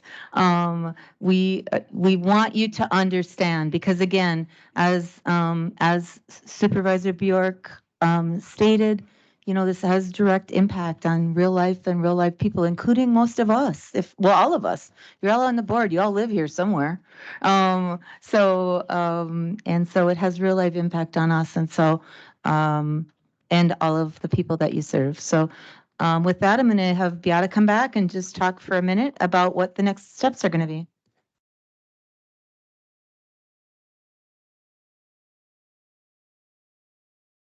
All right, I brought my computer with because I think I can help answer the question about how much levy is being spent on our operating budget. Is 25%. 38 is for billable services and fees that we collect. Others, 28 is about our state and federal allocations. So 25% is what levy goes. So I will shut down my laptop. Okay, next step. So April 27th through May 20th, time flies. So again, here was intent to review the capital improvement plan information as presented to us and give you an opportunity to hear from the other department heads and be able to ask questions to make decisions. On May 15th, which is coming up here, the County Board of Supervisors will have a presentation on the debt. So we're going to be briefly touched on debt, but at that time on the 15th, we're going to go a little bit more slides and a little bit more in depth. Yes. Oh, no. Okay. On June 12th, this is where the executive committee will formulate recommendation on here's the capital improvement and the funding. And then on June 19th, this is where the County Board of Supervisors will then adapt what was presented, not necessarily what was presented, but what was agreed on to purchase and how and what funding will be by, that would be the June for the 25 through 29. And we're pushed back a little bit from last year, but we've left ourselves wiggle. When you see these dates, they're sort of hard and fast in terms of when the information comes to you. But it's really helpful to us to have capital improvement finalized before we bring you the first round of operational budget. Because then we know sort of what we've got in terms of use of fund balance or you know, debt or whatever we're going to use to fund this, cuts, whatever we're going to use to fund them. You know, I guess we worded it strongly and didn't unintentionally in that on June 12th or whatever date, 19th, the county board adopts the CIP. You might not. You might have to consider that going forward to July, but our goal would be to try to get it to you so that you can make some decisions about it starting in June. Thank you, Chris, for the clarification. Any questions before we wrap this up? It's noon. You're right on time. Running 5 minutes late than what we promised, but any questions? I am not seeing any. Thank you very much. All right, I will make one quick note. This is a slightly more informal setting, but it has been brought to my attention that the county board's dress code does not allow hats at county board meetings. I didn't bring it up this time around because, like I said, this is much more informal than the traditional one. But going forward, we're going to try and observe that. And with that, we are adjourned. Oh, Supervisor Kinnear. Just one quick announcement for veterans or family of veterans. There's an event going on right now till at least 2 o'clock that has a very large number of vendors and presentations going on right across the way at Menominee Alliance Church, which is just north of the hospital. It's sponsored in part by the county. So if you want to, you can stop by there and there might even be some snacks left over. It runs till 2. Thank you, Supervisor Kinnear. Supervisor Larry Bjork. I was just questioning the hat ruling. I like my hat. I do too, And honestly. it's not, your ruling says a baseball cap, and this is a Western style hat. So, and then also, where did that dress code originate, and who decided it? Because we've been sitting here. It was passed by the county board, I don't know, decades ago. Well, I'm certainly open to revisiting it. I like hats. Okay, I have a question for you then. We had a new board member orientation. 3 gentlemen came in wearing their baseball caps. 2 or 3 members of administration went through it and basically shamed the hats right off those guys. And I don't think we're in the business of shaming people that have been elected by their representatives. And the other thing is, this country and this county survives and has been produced by people that wear hats. Every plumber, every person on the highway, every person wears a hat. Now, if it's a respect thing that you're worried about, I would like to mention that I wear my hat because I respect previous presidents of the United States who wore their hat in the office. One was Lyndon Johnson, and the other one, according to genealogy, was my 8th cousin, Teddy Roosevelt. So are you going to say that Teddy Roosevelt's cousin cannot wear his Western style hat to a county board meeting? In Dunn County, And he wants what to is- follow the What is the rules. punishment then? Will the sheriff take me out? Because I'd like to know ahead of time what I'm dealing with. I mean, Larry, I too like hats. I'm bald as an egg. I wear a hat all the time. I am drawing your attention to the rules that this board has set for themselves. If you would like to change that, I am very open to that. Were those rules given out in the packet for the people that went out and gathered signatures to run for this office? Was the rule there, you can be a county board member, but you cannot wear your hat? Was that given out? Or was it given out? No, sorry, that Well, was why not. I If didn't it's know a it big was deal. something I should include. I can certainly add the dress code to the packet of documents. We can do that going forward if you'd like. Yeah, that's what I'm asking. I'd like to know who initiated the dress code. And is there a dress code for the ladies also? I believe the formal code is business attire, no hats. Described as what? I mean, I don't care. Business attire. It's a fairly traditional description of a type of clothing. And it changes over time, but this is a huge side note. So I'm going to adjourn us. And if you want to have this argument with me, I will Oh, happily it's have not it. an argument. It's a statement. Supervisor Steen. Yeah, I've only got a couple comments. I'm 78 years old. I never wore a hat. I reject the idea that everybody wears hats. I'm 78. I never wore a hat or a cap. I don't need one. Secondarily, this meeting was about the budget. Not the appropriate place to be arguing about hats or caps or any of that stuff. Bring it up at the appropriate place. Thank you. Thank you, Supervisor Steen. And with that, we are adjourned.